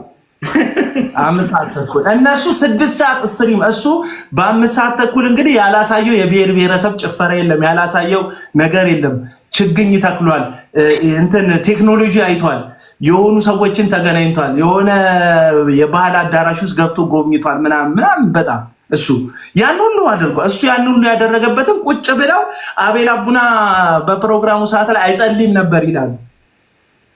አይጸልይምና ክሱ አይጸልይም ነበር፣ መኪና ይገዛለሁ ይል ነበር፣ አሮጋንት ነበር ምናምን ይላሉ። እና መጨረሻ ላይ ምን አለ? እነዚህ ልጆች አለ በረሃ ቆይተው ስለመጡ ከአገልግሎት ስለመጡ እነዚህ ልጆች ለምን ገንዘብ አንሰጣቸውም ማለትና አይ ቲንክ 150 ሺህ ብር ቃል ተገባላቸው። መጨረሻውን ስሰማ የተላከላቸው ገንዘብ እርስ በርስ አጣልቷቸው ተለያዩ። ልጆቹ ገንዘብ የሚወዱ ስለነበሩ በገንዘብ ተጣሉ። በዳግማዊ ጥላሁን በላከላቸው ገንዘብ እርስ በርስ ተፋሽተው ተለያዩ ማለት ነው። ይሄው ዳግማዊ ጥላሁን የዛን ጊዜ ላይ ትሪፕ ነው የሄድከው፣ ኦሞ እኮ ማለት እኮ ቅርብ ነው፣ አንተ የሄድክበት ቦታ እኮ መዝናኛ ነው። ሌሎች አፍሪካዎች እና ሌሎች አሜሪካኖች አውሮፓኖቹ ሲመጡ በቁምጣ ምናምን የሚዝናኑበት ትሪፕ የሚሄዱበት ቦታ ነው እንጂ ሄድከው አገልግሎት አይደለም የሄድከው ያለው ያው ዳግማዊ ጥላሁን የዛን እነዛን ልጆች ግን ሰብስቦ እናንተ አገልግሎት ነው ሄዳችሁታል። አብረን ነው ይሄድ ነው ገባ። አብረውኝ የሄዱ ልጆች ለኔ ትሪፕ ሆኖ መንገዱ ለነሱ ደግሞ አገልግሎት ሆነ። አይታል ምን አይነት ፍርደ ገምድልነት እዚህ ሚዲያ ላይ እንደሚሰጥ በዛ ነው እንትን ያለው። ወደ አማንሻሎም ስለ አማንሻሎም ጠይቀኛል አይደል? ያ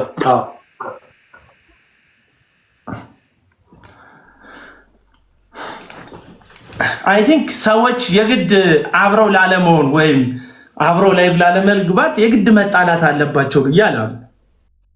የአቋም ለውጥ ሰዎችን ሊያለያይ ይችላል፣ ወይም ያካሄድ ለውጥ። አማንሻሎም ያ ነገር ከተከሰተበት በኋላ አይ ቲንክ እዚህ ሶሻል ሚዲያ ላይ ያለውን ተሳትፎ ከዛ ቀደም በነበረው መንገድ ማድረግ የፈለገ አልመሰለኝም።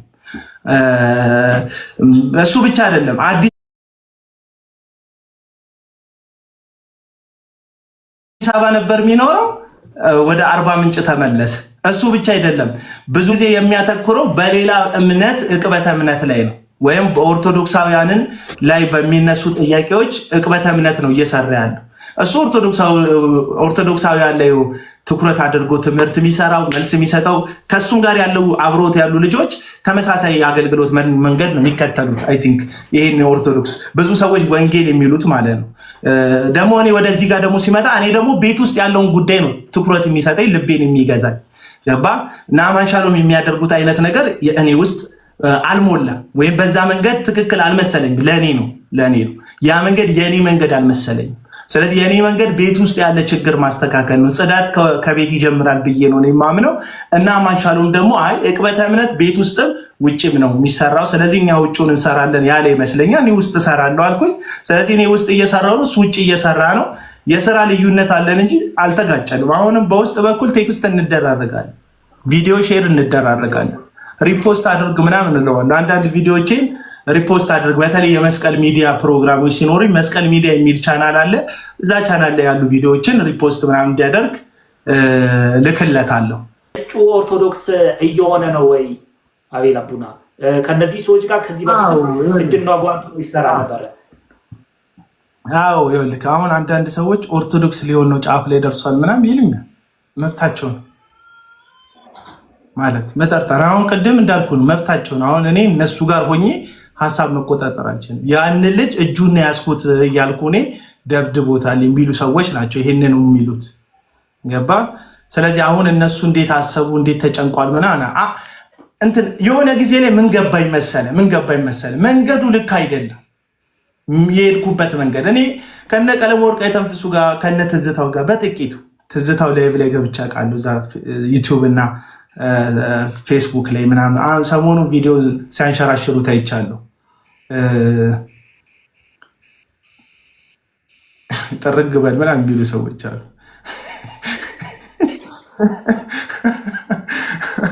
እኔ አይደለም እናንተ እዚህ ጋር ያላችሁ ፌክ አካውንትሽ ቀርቱ ጻድቁ ሂድ ቢለኝ መብት የለውም፣ ማንም ሰው መብት የለውም። እኔ ከፕሮቴስታንት ማውጣት የሚችል ሰው የለም። እንደ እግዚአብሔር ቃል ያልሄድኩበት ጉዳይ ካለ እንደ እግዚአብሔር ቃል ቻሌንጅ ታደርገኛለህ ምናምን ይሄ ልክ አይደል። ዲሲፕሊን የምታደርገኝ ጉዳይ ካለ በአጥቢያ መተህ ዲሲፕሊን የምታደርገኝ ካለ ታደርገኛለህ። ከዛ ውጭ ውጣልን ሂድልን ምናምን የምትለኝ እናትና አባት ቤት አልመጣሁም፣ ወይም ሚስት ያለችበት ባልሽ ያለበት ቤት አልመጣሁም። ያለሁት ቤቴ ነው። እያየኝ ያለው በሞባይልክ ነው። እያየኝ ያለው በሞባይል ውስጥ በአንተ ሞባይል አይደለም። አፍተር ይህን መልእክት እያስተላለፍክ ያለሁት በሞባይል ማስተላለፈውን መልእክት ሞባይል ላይ አግኝታው ነው እያየኝ ያለው። ጻድቁ ምናምን እኮ የሃይማኖት ጉዳዮች ምናምን ያሉት ሙስሊሙም፣ ኦርቶዶክሱም፣ ካቶሊኩም፣ ፕሮቴስታንቱም አብረው በሚጸልዩበት ጸልየው አብረው ተመግበው ተመካክረው ምናምን አብረው ይለያያሉ መሪዎቹ። እዚህ ያለ ምዕመን ግን በቃ ይፈሳፈሰዋል ነው ምን ይፈሳፈሰዋል። እና ሳይታወቅ እዚህ ቲክቶክ ላይ አክራሪነት ገብቷል። ኦርቶዶክሱን ፕሮቴስታንት ጠል እንዲሆን ተደርጓል። በአጋጣሚ ፕሮቴስታንቱም ኦርቶዶክስ ጠል ሆኗል። ስለዚህ ኦርቶዶክሳውያንን መናደፍ፣ ኦርቶዶክሳውያንን የሚያጥላላ የቀልድ ቪዲዮ መስራት፣ ኦርቶዶክሳውያንን የሚያዋርዱ ሾርኔዎች መናገር፣ ኦርቶዶክሳውያንን በተቻለ መጠን አታክ ማድረግ የወንጌል አርበኛ ያስብላል በዚህ በኩል። በዛም በኩል ደግሞ ስትሄድ ፕሮቴስታንትን ልክልኩን መናገር፣ ልክልኩን ማስታጠቅ አርበኛ፣ ጀግና፣ አንበሳ ያስብላል። ይሄ የሃይማኖቱ መካረር ያፈጠረው። እኔ ፕሮቴስታንቱ በኦርቶዶክሱ አይን ስቷል የሚባልበት ትምህርት እንዳለ ሆኖ የሚያምነው መስቀል።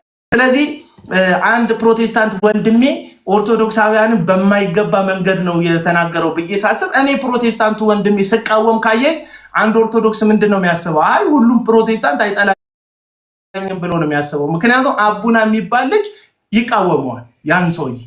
እኔ ነኝ ተነስቼ መቃወም ያለብኝ። ኦርቶዶክሳዊ ስነ ምግባርን ያልተከተለ ጴንጤ ላይ ጥላቻ ሲዘራ ከተመለከታችሁ ኦርቶዶክሶች እናንተ ናችሁ መነሳት ያለባችሁ። ምክንያቱም ሙሉ ኦርቶዶክስ ይጠላናል የሚል እሳቤ በዚህ በኩል መምጣት የለባትም። አፍተሮች ሰዎች እኛ ያመንነው እምነት ነው የመጨረሻ የመዳን መንገድ ብለን ለማስተማር አይደል እየጣርን ያለ ነው። ያ መንገድ እንድድንልህ ከሆነ የምትፈልገው ኦርቶዶክስ ሆኜ እንድድንልህ ከሆነ የምትፈልገው በማሳደድ አታድነኝ፣ በማጥላላት አታድነኝ፣ ያመንኩበትን በማንጓጠጥ አታድነኝ። ማለቀ ነው እያልኩ ያለሁት። ስለዚህ ቤተ እምነቱ እንዲከባበሩ ከመፈለግ የተነሳ እኔው ኃላፊነት ወስጄ ወንድሞቼ ባርም የሚመለከቱት ኦርቶዶክሳውያን ሙሉ ፕሮቴስታንት አይደለም የሚጠላን። ቢያንስ አቤል አቡና የሚባል ልጅ ትክክለኛ ያልሆነ ነገር ሲገኝ ትክክል አይደለም ይላል ብለው እንዲያስቡ ፈልጋል። ያም ደግሞ ተሳክቶልኛል በመጠኑ። ያልተረዳኝ ማን ነው ስትል ጥላቻ እየተጋተ ያለው ፕሮቴስታንቱ ወገኖች አልተረዱኝም። ፕሮግራም ሰርቻለሁ፣ ቲክቶክ ላይ ፕሮግራም ሰርቻለሁ። የኦርቶዶክስና የፕሮቴስታንት ብዬ በደንብ እያብራራሁ አንድ 29 ደቂቃ ምናምን እንደዚህ 20 ቤቶች ደቂቃ ፕሮግራም ሰርቻለሁ። ገብታችሁ ተመልከቱት። መስቀል ሚዲያ አሁን ገብታችሁ ተመልከቱት ስል ለሰብስክራይብ እና ለእንትን ይመስላል ሐሳቤ እንድታገኙት ነው። ኦርቶዶክሶች ጥላቻ ለፕሮቴስታንት አትስጡ፣ ትክክል አይደለም። ፕሮቴስታንቶች ለኦርቶዶክስ ጥላቻን አትስጡ፣ ትክክል አይደለም። አፍተሩን መስቀል ላይ ለሰው ልጆች የሞተ የተሰቀለ ሰውን የሚወድ ኢየሱስን እየሰበክን እርስ በርሳችን መባላት ትክክል አይደለም ብዬ ስለማስብ ነው። ይሄንን ጉዳይ ኦርቶዶክሳውያን ተረድተውኛል በአንጻሩ።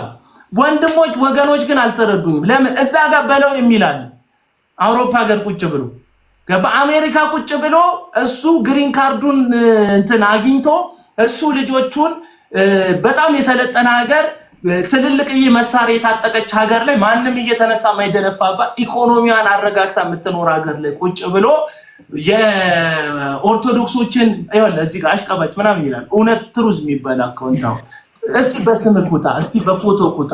እውነቴን እኮ ነው የምለው እና ትክክል አይደለም። እንከባበር ለማለት ነው ይሄንን እያልኩ ያለሁት። ይሄ ደግሞ ክፋት የለው። እንደው እኔ አሁን መጥቼ ኦርቶዶክሶችን ለምን አትናገርልንም ነው የሚሉኝ አንዳንድ ፕሮቴስታንቶች። አልናገራቸው። ኦርቶዶክስ መታረባት ቤቷ ያለው ሰዎች ያርሟት ብዬ ነው ማሰብ። ይሄ ማለት ወንጌል አንንገራቸው ማለት አይደለም። ቢያንስ ጥላቸውን መስበክ ትተን ሐሳብ በሐሳብ ብቻ መሞገት መጀመር አለብን። ፌዙን ቧልቱን ጥላቻውን ትተን ማለት ነው። እሱን እናደርግ ነው ያልኩት። ይሄ ጉዳይ እንትን ይመስላችኋል? ማሽቃበጥ ምናምን ይመስላችኋል? አንተ ሶፍት ለሚያስጎርስ ሰውዬ እያሽቃበጥ እኔ ትልቅ ቤተ እምነት ነው ኦርቶዶክስ እኮ ምን ችግር አለ? ጥሩን እንትን ብንል አፕሪሺየት ብናደርግ፣ ስርዓቱን አፕሪሺየት ብናደርግ፣ አለባበሱን አፕሪሺየት ብናደርግ፣ ቤተክርስቲያን ያለችበት ሁኔታ አፕሪሺየት ብናደርግ እና ይሄንን ስል ይናደዳሉ ሰዎች በቃ። ስለዚህ መብት ነው፣ ተናደድ። እኔ አንድ ቀን ትረዳኛለህ እና መብታቸው ነው ለማለት ነው። ሊሄድ ነው ኦርቶዶክስ አሁን ራሱ በዚህ ላይ ኮመንትም እየተደረገ እንዲሁም እንትን እያለ አቤል አቡና የጴንጤው ዘመድኩን እንዲሁም ደግሞ የጴንጤው ሞጣ ቀራይ ባታልፍላቸው ጥሩ። አቤል ተራ ነው ይሄ፣ በጣም ተራ ስም ልጠፋ ምን ትርጉም የለው። የጴንጤው ዘመድኩን አይቻልም ከነቢያቶች ጋር እንግዲህ ጭቅጭቅ ውስጥ ብዙ ጊዜ መግባትን ተከትሎ አንዳንድ ሰዎች ትንቢት ባንተ ላይ ይናገራሉ እና ትንቢታቸው እንደው አንተ ላይ ተናግረው የተፈጸመላቸው ሰዎች አሉ። በመጥፎ ጎኑ ምናልባት ይሄ እውነተኛ ነው ትንቢት በእኔ ላይ ተናግረው ባለፈው መጥቶ አንዱ ኩላሊትህ ሲፈርሳየው በልብ ህመም ትሞታለህ አለ። ከዛ ረስቶት ነው መሰለኝ አንተ ልጅ ግን መጨረሻን ጌታ ያሳየኝ አለ። ነገርኩት። እኔ ባለፈው በደም ብዛትና በኩላሊት ታሞ ትሞታለህ አላልከኝም? ደግሞ መጨረሻን ያሳይ የምትለው መጨረሻን እኮ አሳየኝ ብለኸኛል አልኩት። እና እዚህ ብቻ አይደለም፣ በጣም ሟርተኞች ናቸው። ታውቃለህ፣ ሐሰተኛ ነቢያት ሟርተኞች ናቸው። ህዝቡ ምን እንደሚደረግ አያውቅም። እነ እዩ ጩፋ በየአዳራሻቸው ህዝብ ላይ ይሟርታሉ። እነ ዮናታን አክሊሉ አፈር ይዘው ይራገማሉ። በየቦታው ይራገማሉ። በእጃቸው የያዙት ነገር ይበተንባቸው፣ መንገዳቸው ድንጋይ ይሆንባቸው፣ እጃቸው የገባ ነገር ይውጣ፣ ሞገስ ይጡ ምናምን እያሉ ሟርት ይናገራሉ። እዚህ ጋር ደግሞ ጥቃቅንና አነስተኛ የቲክቶክ ነቢያት፣ የፌስቡክ ነቢያቶች አሉ። ህልማቸው አይን ሲጨፍኑ እንደ እዩ ጩፋ ፀጉር አጎፍረው ፂም አንጨባረው እንደሱ በጋርድ እየሄዱ ሀብታም ለመሆን ምራቃቸውን የሚወጡ ህልመኞች አሉ። እዩ ጩፋን ስነካባቸው ነጋቸውን ነው ምነካው። እዩ ጩፋን ስናገርባቸው ወደፊታቸውን መሆን የሚፈልጉትን ነው ልክ እንዳልሆነ ምነግርባቸው። ስለዚህ መሆን የሚፈልጉት ልክ እንዳልሆነ እየነገርኳቸው ስለሆነ ዘመቻ ይወጣሉ። እነዚህ ሰዎች ይራገማሉ ምናምን። እንደውም ጥሩ ማሳያ አቤል አቡና ይመስለኛል። በጣም እርግማናቸው እንደሚሰራ የሚናገሩት ነገር እንደሚፈጸም ነው ሰውን የሚያስፈራሩት። ምንም የሚፈጸም ነገር የለም። እነሱ የሚናገሩትና የሚፈጸም ነገር ኖሮ አያውቅም። ሀብታም ትሆናላችሁ እያሏችሁ ነው፣ እነሱ ሀብታም ይሆናሉ፣ እናንተ ድሃ ትሆናላችሁ። ይሳካላችኋል እያሏችሁ ነው፣ እነሱ የሚፈልጉትን ያገኛሉ፣ እናንተ የምትፈልጉትን ታጣላችሁ። ተአምራዊ ገንዘብ ታገኛላችሁ፣ ሚራክል መኒ አካውንታችሁ ውስጥ ይገባል ይላሉ። ያንን ባሉ መጨረሻ ላይ ግን ለጌታ ቤት የሚያስፈልገውን ስጡ ይላሉ። ጌታ በተአምር ገንዘብ የሚከት ከሆነ መጀመሪያ ለራሱ ቤተክርስቲያን አይከትም ወይ ጌታ? እኔ ይሄንን ጥያቄ ልጠይቅ። ለራሱ ቸርች አይከትም ወይ? መጀመሪያ ጌታ ለአንተ ከቶ በተአምር፣ ከዛ አንተ ደግሞ በጥሬ ገንዘብ ወይም በሲቢኢ ትራንስፈር የምታደርገው የትኛው ጌታ ነው? ለአንተ ተአምራዊ ገንዘብ እየሰጠ ከአንተ ሲቢኢ ገንዘብ ሼር የሚያደርግ ጌታ የለም። ፌር አይደለም፣ ትክክል አይደለም። እና በጣም ነው የሚሟርቱት። አንድም ሟርታቸው ሰርቶ አያውቅም። ኦኬ እንግዲህ እንደዚህ አሁን ከነቢያቶችም ይሁን አንተን ከሚቃወሙ ሰዎች መንገድ ላይ እንደዚህ ጉዳት ሊያደርስብህ የሞከረ ወይም ደግሞ አስደንጋጭ የሚባል ክስተት አጋጥሞ ያውቃል? በራሳቸው ነቢያት ሜቢ በራሳቸውም ቢሆን በሌላ ሰዎችም ማለት ነው። ባለፈው የታገትኩበት ጉዳይ ነው በዋናነት ያለው። የተለያየ ዛቻ ምናምን ይሞክራሉ እንጂ መንገድ ላይ እንኳን ተተናክሎኝ አያውቁ። እንደዚህ ከሱ ጋር በተያያዘ አቤል አቡና ያው መነሻው በደንብ በዚህ ሚዲያ ላይ በጣም ስለተወራ በርካታ ሰዎች ያውቁታል ብዬ አስባለሁ። ነገር ግን እንደሚባለው እስር ቤት ወይም ደግሞ አስቸጋሪ የሚባሉ ጊዜያት ወዳጅንና ጠላትን በጣም ለይቶ የሚያሳውቅ አይነት ጊዜ ነው ይባላል እና በዚህ ጊዜ ወዳጅንና ወይም ደግሞ ወዳጅ ያልሆነን ሰው ለይተህበታል አንተ? የሚወዱኝ ሰዎች እየወደዱኝ ነው የሚቀጥሉት። እኔ አሁን ለዛ ነው በጣም አዲስ ወዳጅ ለማፍራት አልጠርም። ካየኸኝ ለዛ የሆኑ ሰዎች በምን እንደሚደሰቱ አውቃለሁ፣ ግን ለማስደሰት አልሞክርም። ብዙ ጊዜ የሚወዱኝ ሰዎች ሳልታሰር የሚወዱኛል፣ ታሰር የሚወዱኛል። መከራ ላይ ሰውን ጠበቃ በጣም ብዙ ጠበቃ ነው በውስጥ በኩል ያናገሩልኝ ሊቀጥሩልኝ የፈለጉት። ከዛ በጣም ነው የተረባረቡልኝ ከተለያየ ዓለማት ያሉ እውነቴ የሚገባቸው ጩኸቴ የሚረዱ ሰዎች ማለት ነው። እንድታሰር የሚፈልጉት የሐሰተኛ ነቢያት ወዳጆች ናቸው። እሰይ እንኳን ታሰረ ያሉ አሉ። ውሸቱን ነው ዝነኛ ለመሆን ብሎ ነው፣ የውሸት ታሪክ ፈጥሮ ነው። እንዴት ሰው ቀድሞ ቪዲዮ ይሰራል ምናምን ይላሉ። ልክ እንደነሱ ህሊናዬን በ42 ቁጥር ጫሜ ረግጬ የምዞር ይመስላቸዋል። እኔ ልንገርህ አሁን ማን ይሙትና ሐሰተኛ ነቢያቶች አብዛኞቹን እናንተን በእግዚአብሔር ስም ሸወዷችሁ እንጂ በርድና እኮ የሚበልጡን አይደሉ። እውነቱን ለመናገር እንዴት በርድና ይበልጠኝ? እውነቱን ነው ምናገር። ገቢ ጉተማ እንዴት በርድና ይበልጠኛል? ይሄ ሪያሊቲው ነው ምናገር። በርድና ሊበልጠኝ አይችልም። ገቢ ጉተማ በየትኛውም መንገድ ገቢ ጉተማ ዛሬ ከሚያስበው አንድ ጥፍ ቀድሜ አስባለሁ። ለምንድን ነው የማስበው? የተሻለ ስለማስብ። በቃ ይሄ ምንም ግልጽ ነው። ገቢ ጉተማ ቢሮ አካባቢ ላይ ሲያንዣብብ የእሱ ሰዎች ቢሮ መጥተው ስቱዲዮ መጥተው እንደፈለጉኝ ሳቅ ቅዳሜና እሁድን አርፌ ሰኞ አደጋ ሊደርስብኝ እንደማቅ ስላወቅኩኝ ቀድሜ ቪዲዮ ሰርቻለሁ። የመጡት አርብ ነው እኔ ቢሮ ላይ የመጡት። ቅዳሜና እሁድ ወደ ቢሮ አልሄድኩም። ሰኞ ስገባ ግን አደጋ ሊያደርሱብኝ እንደሚችሉ አውቃለሁ። ስለዚህ ቪዲዮ ቀድሜ ሰራ።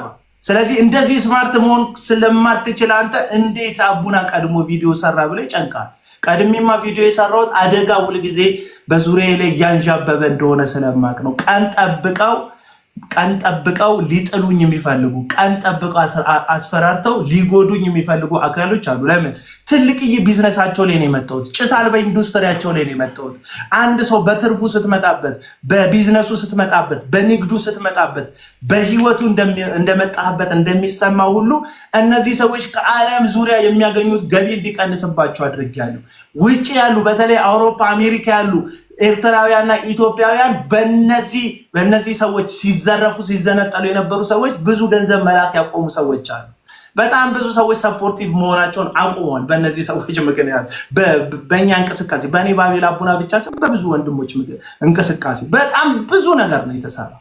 ስለዚህ ይሄ የጎደለበት ሆዱ አምላክ የሆነ ሰውዬ ቀን አድብቶ ሊጎዳኝ ይፈልጋል። ትንቢት ሁሉ ተናግሯል። አልሰማችሁ? አንድ ምላሱን ጎልጉለው ሲጥሉት ምናምን ይላሉ። ምክንያቱም ሊገለኝ ከሆነ ያቀደው ቀድሞ ትንቢት ይናገራል። ትንቢት ከተናገረ ከወራትና ከዓመት በኋላ እኔ ላይ ያንን ጉዳት ያደርስና ትንቢቱ ተፈጸመ ነው የሚለው። እስክጎዳ እንደሚጠብቁ ታውቃለህ? እስክጎዳ አንዳንድ ሰዎች ስለ ገንዘብ ምናምን የሚያምኑኝ ሰዎች ሰፖርት የሚያደርጉኝ ስለሚመስላቸው ሌባ እንደሆንኩ በመናገር ሰፖርቱን ለማስቀረት አይነት ነው አይዲያቸው። ምክንያቱም እኔ ጠውልጌ ደክሜ እዚህ ሚዲያ ላይ መጥቼ ልጆቼ እራባቸው ልጆቼ ምናምን ብል የሚናፍቁ ሰዎች አሉ። ይህን ነገር የሚፈልጉት ለምንድን ነው ስትል የእከሌ አምላክ አቡናን እንደዚህ ያደረገው ለማስባል ታውቃለህ። ስቱዲዮ ላይ ሰው እንዳይመጣ እንዳደረጉ ታውቃለህ። አንድም ሰው መጥቶ እንዳይቀረጽ እንዳደረጉ ታውቃለህ።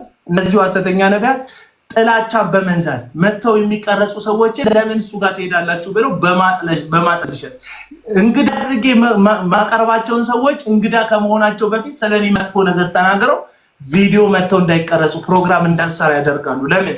ሰው እንደማይፈልገኝ እንዲሰማኝ፣ ባይተዋርነት እንዲሰማኝ፣ ብቻዬን እንደቀረው እንዲሰማኝ፣ ማንም እንደማይፈልገኝ እንዲሰማኝ፣ ቢዝነስ ብዬ ያስኳቸው እያንዳንዱ ነገሮች ፌል ሲያደርጉ፣ ኢንካሜ ሲቀንስ፣ ቤተሰቦቼ ማስተዳደር ሳልችል ስቀር የእከሌ አምላክ የነብይ እከሌ አምላክ ይኸው አቡናን አዋረደ ይላሉ። ለዚህ ነው ከ190% የሚሆኑ ኮሜንቶቼ ላይ መጨረሻን ያሳየን ይላሉ ከአዳሚዎቹ ማለት ነው። ምክንያቱም ምንድነው ስትል መጨረሻን ያሳየን የሚሉት የኔን መጨረሻ በማሳየት የነሱን እውነተኝነት ማረጋገጥ ነው የሚፈልጉት።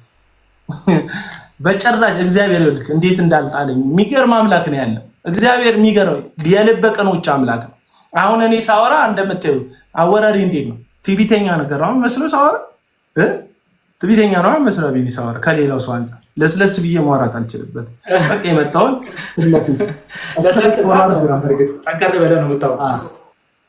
እና እቺ ጉዳይ ገባ። በጣም ብዙ ጴንጤ መቅለስለስ ነው መንፈሳዊነት፣ ለሱ ድምፅ ማለስለስ ምናምን አይደል። አይመለከተኝም። ልብን የሚያይ እግዚአብሔር ነው። ልቤን ፊቴ ላይ አታየው። ልቤን ፊቴ ላይ ብታየው ደስ ይለኝ ነበር፣ ግን ፊቴ ላይ አታየው። ይሄ ፊት በቃ ይሄ ፊት ምንም ልረዳ አልችልም። ግን እንደዛ ነው። ከዛ የተፈታው ጊዜ ውሸት ነው ብሎ ያስወሩ ሰዎች አሉ። ቪዲዮ ሰርተ ውሸቱን አቡን አልታሰረም ምናምን እንዴት ቪዲዮ ይሰራል ያሉ ሰዎች፣ ከዛስ እንኳን ታሰረው ጌታ አዋረደው ያሉ ሰዎች አሉ። ገባ። ገቢ ጉተማ በምትኩ ሲታሰር አይዞ የጌታ ባሪያ ብራ ይላሉ እየሄዱ ኮሜንት ላይ ማለት ነውና ብታሰር ደስ ይላቸዋል። በነገራችን ላይ መታሰር አልፈራም። ምፈራው በይሉንታ መታሰር ነው። ፈራው እኔ ምፈራውን እስር ልነግራችሁ ነው። እዚህ ለየት የሚያደርገው እስር በይሉንታ መታሰር፣ በውሸት መታሰር፣ በገንዘብ ፍቅር መታሰር፣ ለሰው ብዬ ምናምን የሆነ ጦስ ውስጥ መግባት ነው እንጂ የሚያስፈራኝ መታሰር። በነገር ላይ እንትን እዛ እንትን አልወረድኩም እንጂ ደጋግሜ ታሳሪ ነበርኩኝ ከእንትን በፊት ከለውጤ በፊት ማለት ነው። እና እስሩን አይደለም የሚያስፈራኝ፣ ሰው ላመነበት ነገር መስዋዕት መክፈል አለበት ብዬ አምናለሁ። ኦልሬዲ የሰማዕታትን እምነት ከሆነ ያመንነው እንግዲህ እስጢፋኖስ ተወገረ፣ ጴጥሮስ ተዘግዝቆ ተሰቀለ፣ ጳውሎስ እንደዚሁ ተሰቀለ፣ ሌላው በድንጋይ ተወግሮ ሞተ፣ በመጋዝ ተሰነጠቀ እያልኩ ገድል የማወራበት እምነት አይደለም። ልሞትለትም ነው የተከተልኩት፣ ልዋረድለት ነው የተከተልኩት፣ እውነቴን ማለት ነው። ስለዚህ የሚያዋርድ ከሆነ እዋረድ፣ የሚያሳስር ከሆነ እታሰራለሁ፣ የሚያከስር ከሆነ እከስራለሁ፣ የሚያደህይ ከሆነ እደህያለሁ። የፈለገው ሁኔታ ቢመጣ ግን አንድም ቀን አንገቴ ዝቅ አድርጌ አታዩኝም። በአምላኬ ላይ በጌታዬ ላይ እንደተጓደድኩ እንደታመንኩ የምኖር ሰው ነኝ እና እንዳልከው ወዳጆቼ ሆኖ ነው የጠበቁኝ። ስታሰብ ለምሳሌ አማን ሻሎም፣ የዛን ጊዜ የአማን ሻሎምን ላንሳ። ብዙ የጮሁልኝ ሰዎች አሉ የኔ ወዳጆች እና አሁን ቀድመ ስላነሳከው አማን ሻሎም ጋር በጣም ተቆጥቶ ሲያወራ ነበር። እኔን ሳሩኝ እያለ ሲያወራ ነበር። እኔና አማን ሻሎም እንግዲህ አብረን ላይ መግባት አቁመን እሱ ሌላ ቻፕተር ጀምሯል፣ እኔ ሌላ ቻፕተር ጀምሬያለሁ። እኔ በጀመርኩት ቀጥያለሁ። የዛን ጊዜ ግን አብረኝ ነው የሆነው። ገባ ካለ የኔ ጓደኞች ውጪ ሄዱት ጓደኞቼ ጮሆልኛል። አገር ውስጥ ያሉ ወዳጆች ሴቶች ወጥተው ማቁ እህቶቼ ወጥተው ጮሆኛል። ቪዲዮዎቹን አንዳንድ ቪዲዮዎቹን ስለማ ብቻዬን ያስለቀሱኝ ቪዲዮዎች አሉ። ያስለቀሱኝ ቪዲዮዎች ስለኔ ሰዎች የሚሰማቸው እንደዚህ ኦርቶዶክሳውያን ጮሆልኛል። በዚህ ማለት አየክ ጥሩ ማድረግ ለካ ጥሩ ነው። በቃ ያሳዩዋቸውን ፍቅር እንትን አላሉኝም፣ አልከዱኝም። ያሳያቸውን ፍቅር መልሰውልኛል። የበለጠ ፍቅር ግን ለኦርቶዶክሳውያን ያሳዩት ለፕሮቴስታንት እኮ የበለጠ ፍቅር እያሳያለሁ። ለምን? እምነቴ ስለሆነ፣ ለምን? ሃይማኖቴ ነው ብዬ እየተከተልኩ ስለሆነ። ሐሰተኛ ነቢያትን በዚህን ያክል ሪስክ ወስጄ የምከራከረውና የምሟገተው መኖር ስለማያምረኝ፣ መኖር ስለማልፈልግ፣ ተስፋ ስለቆረጥኩኝ ወይም ደግሞ በማመቻመችና በመሞዳሞድ የሚገኘውን ነገር ማግኘት ስለማልችል አይደለም። የአዲስ አበባ ልጅ ነኝ ስል ስፔሻል ነው እያልኩ አይደለም። የአዲስ አበባ ልጅ ሆንክ ከተማ ልጅ ምንም ችግር የለውም። አድቫንስ የሆነውን ነገር ታውቃለህ ለማለት ነው። ለመግባባት ከሁሉም ጋር ትግባባለህ። ማን ምን እንደሚፈልግ ለማወቅ ቅርብ ነህ ለማለት ነው። የአዲስ አበባ ልጅ ነኝ እያልኩ ያለሁት የሆኑ የምፈልጉትን ነገር አለ። ምን ጴንጤ ምን እንደሚፈልግ አውቃለሁ ወዳጆች። ፕሮቴስታንት ምን እንደሚፈልግ አውቃለሁ። 2-3 አዳራሽ ሄጄ ይቅርታ ብል አንፎሎ ብሎክ ያረኳችሁ ሰዎች ሐሰተኞቹን ሄጄ ይቅርታ ብል ትመለሳላችሁ አውቃለሁ። የእከሌ ወዳጆች ትመጣላችሁ አውቃለሁ። እና ለቢዝነስ ብዬ አይደለም እየተቃወምኩ ያለሁት ወዳጆች። ለቢዝነሱ የምቃወማቸው ሰዎች ይሻሉኛል። ኦኬ አቤላ በጣም አመሰግናለሁ። ጥሩ ጊዜ ነበረን። አንድ የመጨረሻ ጥያቄ ግን ሰሞኑን አንድ ከውጭ የመጣ ዘማሪ እንትን አድርጎ ነበርና ኮንሰርት አድርጎ ነበርና ስለሱ አንድ ሰው ሲናገር ሰምቼ በጣም ስላሳቀኝ ነውና እሱ ማለት የኢትዮጵያው የጴንጤው ፓፍዳዲ ወይም ደግሞ የጴንጤው ፒዲዲ ነው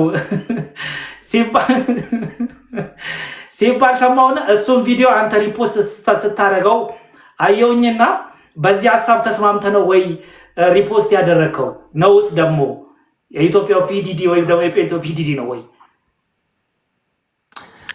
እሱ ብቻ ሳይሆን የጋራ ታሪካቸው ነው። የብዙ ሰዎች፣ የብዙ ዘማሪዎች፣ የብዙ አገልጋዮች የጋራ ታሪክ ነው ይሄ። የእሱ ብቻ ሳይሆን ስፔሲፊክሊ ግን አሁን ሰሞኑን እሱን ነው እያነሳን ያለ ነው።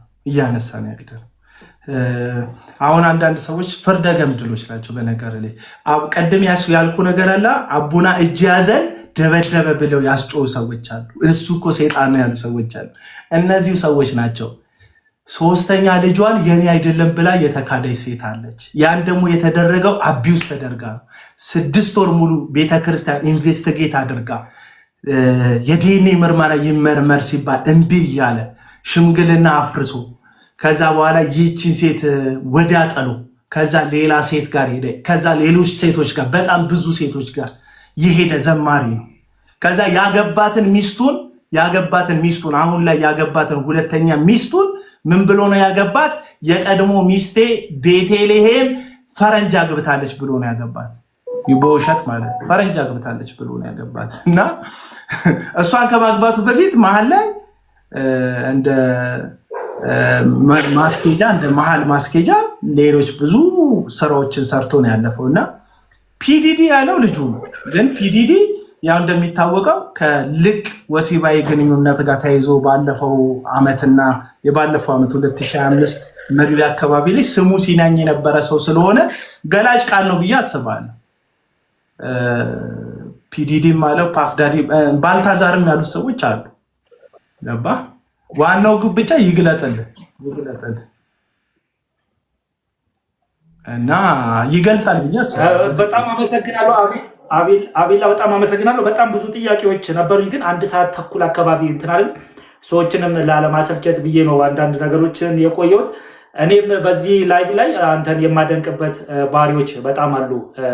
የማይዛነፍ አቋሞች ይዘህ በመቀጠልም ምንም ይሁን የአቋም ግን ከዛ አቋም ጋር በመቀጠል ላደንቅ እፈልጋለሁ።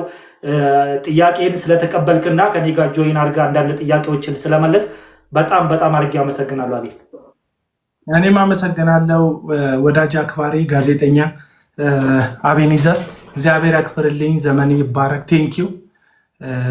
እኔም ያንተን ከዚህም በፊት የነበረን ስራም የነበረን እንቅስቃሴ የምወድ ማከብር ሰው ነኝ። ስለጠየቅኝ አመሰግናለሁ። ተባረክ። በጣም አመሰግናለሁ። ቴንኪው። ቻው።